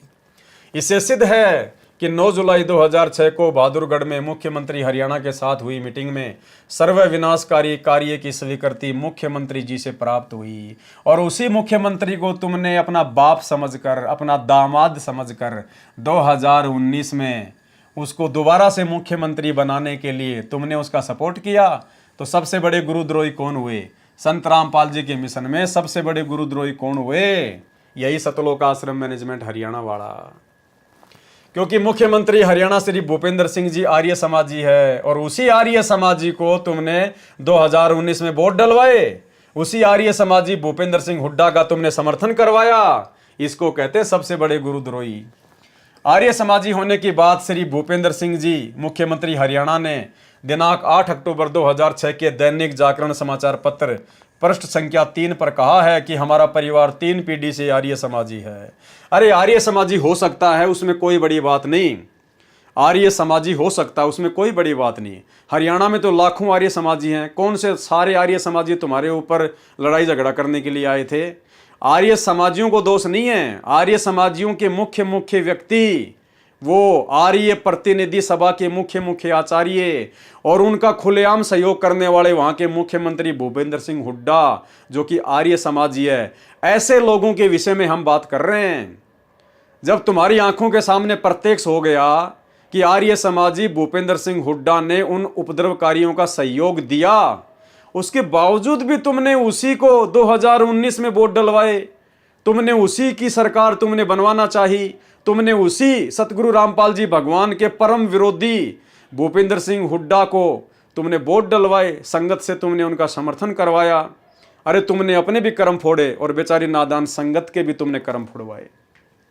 आर्य समाज के व्यक्तियों ने भी करोथा कांड में आहत हुए आक्रमणकारियों को धनराशि इनाम में दी। समाचार पत्र दैनिक जागरण दिनांक 15 अक्टूबर 2006 तथा दैनिक भास्कर दिनांक 27 नवंबर 2006 में छपा कि करोथा कांड में घायल हुओं को दयानंद मठ रोहतक में वीर रत्न की उपाधि से नवाजा जाएगा। वैसा ही किया गया। और समाचार पत्र दैनिक ट्रिब्यून दिनांक 25 जनवरी 2007 में लिखा है कि करोथा कांड में भाग लेने वाले व्यक्ति जो पहले सम्मानित नहीं हो पाए, वे 31 जनवरी 2007 को बलदेव भवन दयानंद मठ रोहतक में आर्य प्रतिनिधि सभा के प्रधान आचार्य बलदेव की अध्यक्षता में सम्मानित किया जाएगा। 24 सितंबर 2006, 26 नवंबर 2006 तथा 31 दिसंबर 2006 को भी करोथा कांड में भाग लेने वाले आचार्य बलदेव की अध्यक्षता में सम्मानित किए गए थे। इससे स्पष्ट है कि हरियाणा सरकार तथा आर्य समाज का करोथा कांड करने व कराने में पूरा सहयोग था, यानी भूपेंद्र सिंह हुड्डा का पूरा सहयोग था। उसके बावजूद भी तुमने 2019 में उसको अपना दामाद बनाकर, उसको अपना बाप बनाकर और तुमने फिर से उसी की सरकार बनवानी चाहिए। जब रक्षक ही भक्षक हो गए तो गरीब जनता का क्या बनेगा? क्या आश्रम में जाने वाले भारत देश के नागरिक व हरियाणा के वासी नहीं हैं? काल को इन बातों से कोई फर्क नहीं पड़ता, ना दुनिया को इन बातों से कोई फर्क पड़ता है। तुम लिखते रहो। यदि करोथा कांड को 2 गुटों का झगड़ा माना जाए तो भी 1 गुट वालों को ग्रांट देना भी सरकार की भूमिका पर अमिट दाग है। 13 जुलाई 2006 सुबह लगभग 2:30 बजे पुलिस द्वारा आश्रम को जबरदस्ती खाली करवाया गया और संत रामपाल जी और उनके कई अनुयायियों को गिरफ्तार कर लिया गया। हालांकि जिला प्रशासन ने खाली करवाते वक्त ये वादा किया था कि जो अनुयायी जहां जाना चाहेगा उसे उसी स्थान पर बसों द्वारा भेजा जाएगा। जिला प्रशासन ने यह भी वादा किया था कि संत रामपाल जी और उनके सभी सेवकों को सतलोक आश्रम बरवाला में भेजा जाएगा, लेकिन ऐसा न करके संत रामपाल जी महाराज व उनके कुछ श्रद्धालुओं को गिरफ्तार करके पुलिस स्टेशन में ले जाया गया व अन्य श्रद्धालुओं को रोहतक व पानीपत बस स्टैंड पर छोड़ दिया गया। ये सारी प्रक्रिया इलेक्ट्रॉनिक मीडिया के नोटिस में नहीं आने दी गई और बाद में मीडिया को गलत और बदनामी भरी सूचनाओं से अवगत करवाया गया। जिला प्रशासन ने गैर कानूनी ढंग से आश्रम में 145 CRPC में अटैच करके अपने नियंत्रण में ले लिया और किसी भी भगत को उसके बाद आश्रम तक नहीं पहुंचने दिया। तभी से छुड़ानी आश्रम आर्य समाजी तथा अन्य असामाजिक तत्वों का इतना हौसला बढ़ गया कि उन्होंने संत रामपाल जी, उनके अनुयायी और आश्रम के विरुद्ध चरित्र हनन और बदनाम करने वाली अश्लील गलत कहानियां बनाकर समाचार पत्रों तथा अन्य प्रिंट मीडिया से छपवाई है और मीडिया भी बिना तथ्यों की जांच किए इन शरारतपूर्ण खबरों को छापता रहा। कुछ समाचार पुलिस तथा प्रशासन के स्रोतों से भी छपे हैं जो कि प्रशासन द्वारा आम पब्लिक को गुमराह करने के लिए छपवाए गए हैं, लेकिन बाद में अपने बचाव के लिए उनको नकारा भी है और कहा है कि आश्रम में ऐसी कोई आपत्तिजनक वस्तु नहीं मिली। जो अनुयायी गिरफ्तार नहीं हुए उनको प्रेस से नहीं मिलने दिया गया और जिन्होंने मिलने का प्रयास किया उनको पुलिस ने गिरफ्तार किया। पुलिस प्रशासन व असामाजिक तत्व सरकार की सह पर संत रामपाल जी के शिष्यों को अभी भी परेशान कर रहे हैं और जो भी भगत कचहरी या अन्य स्थानों पर मिलता है उसको असामाजिक तत्वों द्वारा पुलिस की मौजूदगी में पीटा जाता है। प्रशासन मूक दर्शक बनना रहता है और उनके विरुद्ध कोई कार्रवाई नहीं कर रहा, जबकि धारा 144 लगाने का ऐलान हो चुका है। अब ये सब कुछ क्यों हुआ भाई और बहनों? सब कुछ क्यों हुआ? गुरु को मानुष मानने के चलते जो जमीन सतगुरु रामपाल जी परमात्मा की आज्ञा के बिना, उनके आदेश के बिना, उनसे अनुमति प्रदान किए बिना सतलोक आश्रम करोथा मैनेजमेंट ने जो ज़मीन दान में ली, उसी ज़मीन के ऊपर आगे चल के लफड़ा हुआ। इन्होंने उस ज़मीन के बारे में ज़्यादा बातें नहीं लिखी। उसी ज़मीन को लेकर फिर आर्य समाजियों को मौका मिल गया आश्रम के ऊपर धावा बोलने के लिए। भाई क्यों तुम लोगों ने ज़बरदस्ती अपने गुरुदेव भगवान को सलाह दे के सतलोक आश्रम करोथा खुलवाया? अरे गुरुदेव भगवान तो गांव गांव जाकर, नगर नगर जाकर टेंट लगाकर 3-3 दिन का पाठ करके अपना प्रचार करना रहे थे। अगर गुरुदेव ने आश्रम खोलना होता, इनको आवश्यकता होती, तो गुरुदेव तो समर्थ है भाई, ये तुम्हें बोल देते कि बच्चों आश्रम का इंतजाम करो। लेकिन तुम लोगों ने डेढ़ शाणे बनकर गुरु को सलाह दे दी अर्जुन और सर्जुन की तरह, और भाई जीव के द्वारा सतगुरु को दी गई सलाह फिर आगे चलकर करोथा कांड का रूप धारण कर लेती है। आप भक्तों की नादानियों के चलते आप खुद तो परेशान हुए संगत को भी परमात्मा से दूर किया और परमात्मा सतगुरु रामपाल जी भगवान को भी काल के साथ किए गए एग्रीमेंट के अनुसार 21 महीने रोहतक जेल में बैठने के लिए बाध्य किया गया। तो भाई और बहनों, हमने सतगुरु के काम में कभी भी कोई टांग नहीं अड़ानी चाहिए, ये हमने शिक्षा लेनी है। उन 7,50,000 नागरिकों के आंसू पोंछने वाले संत को भी जेल में बंद कर दिया। सच्चाई को जितना दबाया जाता है वह उतने ही अधिक वेग से ऊपर आती है। सांच को आंच नहीं होती। यदि सरकार अब भी संभल जाएगी तो भी कुछ नहीं बिगड़ा है। संत रामपाल जी के विरुद्ध बनाए गए झूठे मुकदमे वापस लिए जाएं तथा जब तक आश्रम वापस प्राप्त नहीं होते हैं तब तक संत रामपाल जी के सत्संगों को पूरी सुरक्षा व्यवस्था सरकार करवाए। देखो फिर से वही गुरु को मानुष मानने वाली गलतियां। कोई शिक्षा नहीं ली जा रही, कोई सबक नहीं लिया जा रहा। बरवाला कांड से भी किसी प्रकार की कोई शिक्षा नहीं ली इन लोगों ने। बरवाला कांड के बाद भी सरकार के आगे भीख मांग रहे हैं, हाथ फैला रहे हैं कि सरकार से अनुरोध है, सरकार से विनती है, संत रामपाल जी के सारे मुकदमे वापस लिए जाएं और संत रामपाल जी जहां भी सत्संग करेंगे तो सुरक्षा की गारंटी सरकार अपने जिम्मेदारी पे ले। अरे सरकार को क्या पड़ी है भाई, संत रामपाल जी को सुरक्षा देगी? संत रामपाल जी का ना कोई राजनीति से लेना देना, ना संत रामपाल जी का किसी भी प्रकार के कोई राजनेताओं से कोई संपर्क है। तो राजनेता क्यों संत रामपाल जी को सुरक्षा देंगे? नालायकों, इतना तो दिमाग लगाओ। और फिर भी करोथा कांड के बाद भी उसी सरकार के आगे हाथ फैलाए जा रहे हैं कि संत रामपाल जी को सुरक्षा दी जाए, संत रामपाल जी को सुरक्षा दी जाए। अरे जो पूरी दुनिया को सुरक्षा दे रहा है, उसकी सुरक्षा के लिए राजनेताओं के आगे भीख मांगी जा रही है। ये होता है गुरु को मानुष मानना। और ये काम भाई और बहनों इन्होंने जमकर बरवाला कांड के बाद भी किया। इन्होंने भारत देश में कोई भी जिला कलेक्ट्रेट का ऑफिस नहीं छोड़ा जहां पर इन्होंने संत रामपाल जी की जमानत के लिए ज्ञापन ना दिया हो। अरे मुकदमा चल रहा हरियाणा में, तुम ज्ञापन दे रहे हो मध्य प्रदेश में, एमपी में, यूपी में। अरे वहां के जिला कलेक्टर को क्या लेना देना है और कौन उनकी मानेगा? लेकिन बेबुद्धि के काम किए इन्होंने, धरने, प्रदर्शन, रैलियां। भगत बेचारे नादान है, गुरु जी का नाम लेके उनको रैलियों में ठोक दिया। आज वहां रैली निकालेंगे, हाथों में दे दिए डंडे और झंडे, धूप में खड़ा कर दिया। संत रामपाल जी महाराज के मुकदमे वापस लो, संत रामपाल जी की जमानत करवाओ। अरे क्या मतलब है? हरियाणा में मुकदमा चल रहा, तुम चिल्ला रहे हो मध्य प्रदेश में, उनको क्या लेना देना? तो ये गुरु को मानुष मानना, और गुरु को मानुष मानने के चलते भाई और बहनों फिर काल क्या करता है? आपका धन बर्बाद करवाएगा, आपका समय बर्बाद करवाएगा और आपकी अनमोल समासें बर्बाद करवाएगा, जो कि सतलोक आश्रम मैनेजमेंट हरियाणा ने करवाने में कोई कसर नहीं छोड़ी। और वर्तमान में भी इनकी वैसी ही गति है, इनमें कोई बदलाव नहीं आया। तो फिर करोथा कांड के बाद में ये लोग सरकार से ही उम्मीद लगा के बैठे हैं, अपने गुरु से कोई उम्मीद नहीं है इनको। संत रामपाल जी के सत्संगों को पूरी सुरक्षा व्यवस्था सरकार करवाए, क्योंकि अब तो सरकार का भी भ्रम समाप्त हो गया होगा कि सतलोक आश्रम में कोई अवैध वस्तु नहीं थी। सर्व संगत की तरफ से पुनर्अनुरोध है कि संत रामपाल जी के सत्संग सार्वजनिक स्थानों पर सरकारी सुरक्षा में करवाए जाएं। ये देखो भाई और बहनों कि संत रामपाल जी के सत्संग सार्वजनिक स्थानों पर सरकार की सुरक्षा में करवाए जाएं। अब इनको सरकार सुरक्षा देगी। अब समर्थ को सरकार की सुरक्षा की आवश्यकता आन पड़ी इन भक्तों के अनुसार। ये है बेबुद्धि के काम। उनको संगत के खर्चे से किया जाएगा। ये कह रहे हैं कि सुरक्षा हमारे को सरकार दे और खर्चा हम देंगे, भाई बहन आपस में मिलके संगत के पैसे से, केवल सुरक्षा सरकार करे। अरे फिर सरकार की सुरक्षा की जरूरत क्या है? जब सरकार की सुरक्षा का खर्चा भी तुम ही उठा रहे हो तो ले आओ 150 बंदूकें संगत के पैसे से और बन जाओ तुम कमांडो। क्या दिक्कत है? तुम्हारे को देख के फिर कौन आएगा? ये बेबुद्धि वाला काम भी इन्होंने बरवाला कांड में किया। सैकड़ों हथियार ये लोग बरवाला आश्रम में जमा कर चुके थे। बाहर से भी बंदूक चलाने वाले लेके आए थे ये लोग। दास तो वहां था, मुझे तो पता है। और ये खुद भी सैकड़ों हथियार लेके इधर उधर घूम रहे थे। इनको अपने ऊपर ही विश्वास था, गुरु के ऊपर फिर भी विश्वास नहीं रहा। और उसी प्रकार के बेबुद्धि वाले काम ने बरवाला कांड करवाया। यदि किसी व्यक्ति, आचार्य, महंत, संत या संस्था व पंथ को संत रामपाल जी महाराज द्वारा दिए गए सत्संग या विचारों में आपत्ति है, यदि उन्हें लगता है कि संत रामपाल जी महाराज उनके संत, महर्षियों या पंथों के प्रवर्तक के विषय में गलत व्याख्यान कर रहे हैं, तो वे भी लेख प्रतिलेख द्वारा समाधान करा सकते हैं।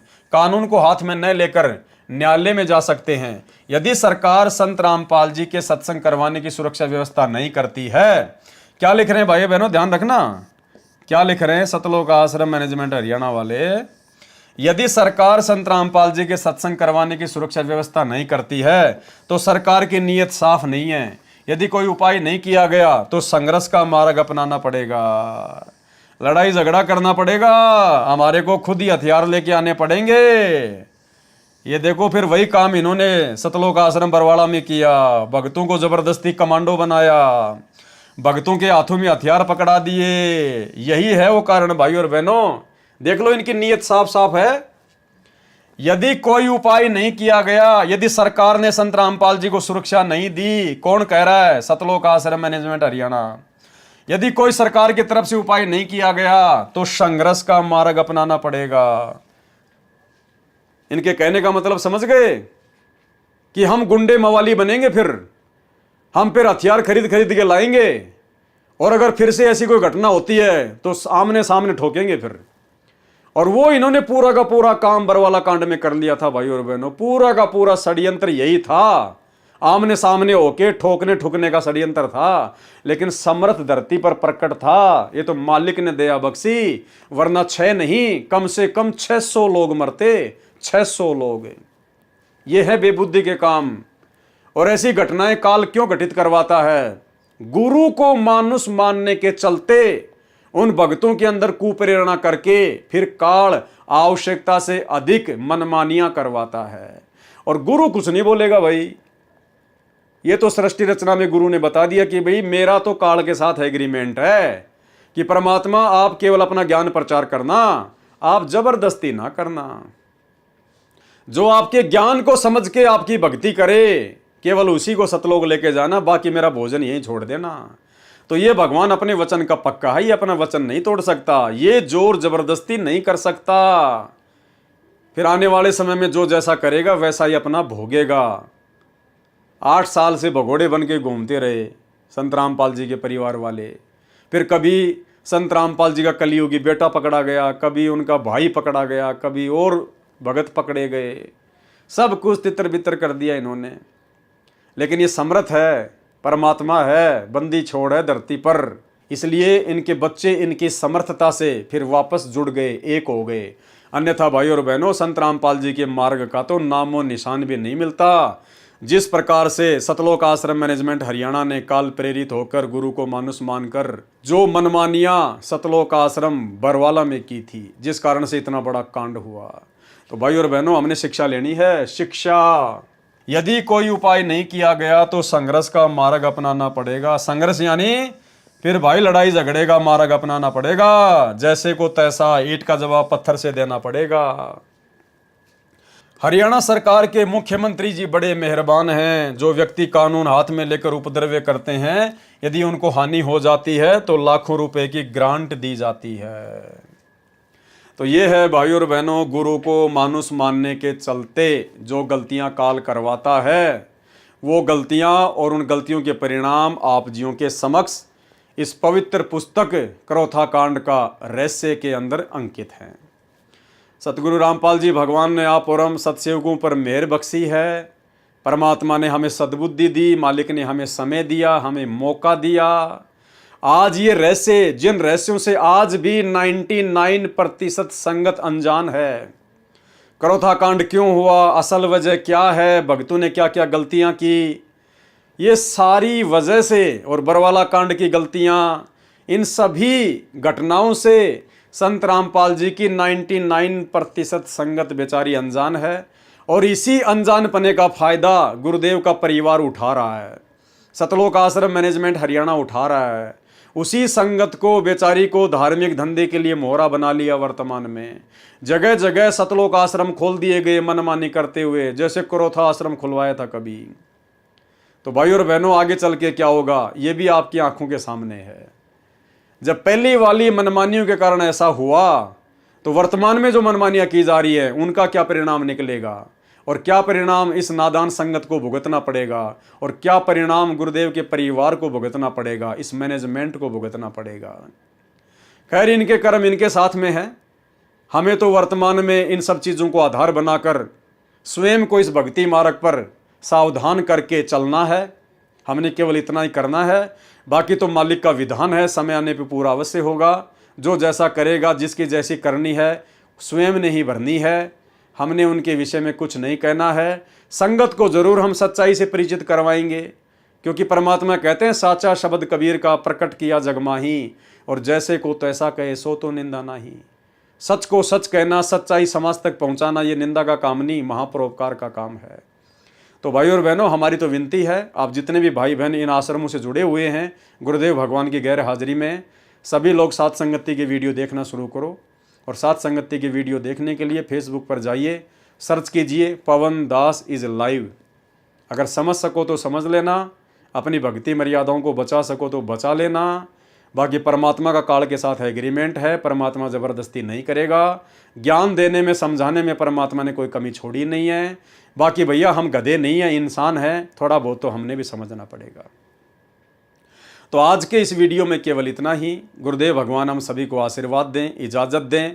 कल रात्रि 9 बजे गुरुदेव आशीर्वाद देंगे, फिर से आप सभी के सामने आएंगे और तमाम घटनाओं के ऊपर फिर से चर्चा करेंगे। बंदी छोड़ सतगुरु रामपाल जी भगवान की जय हो।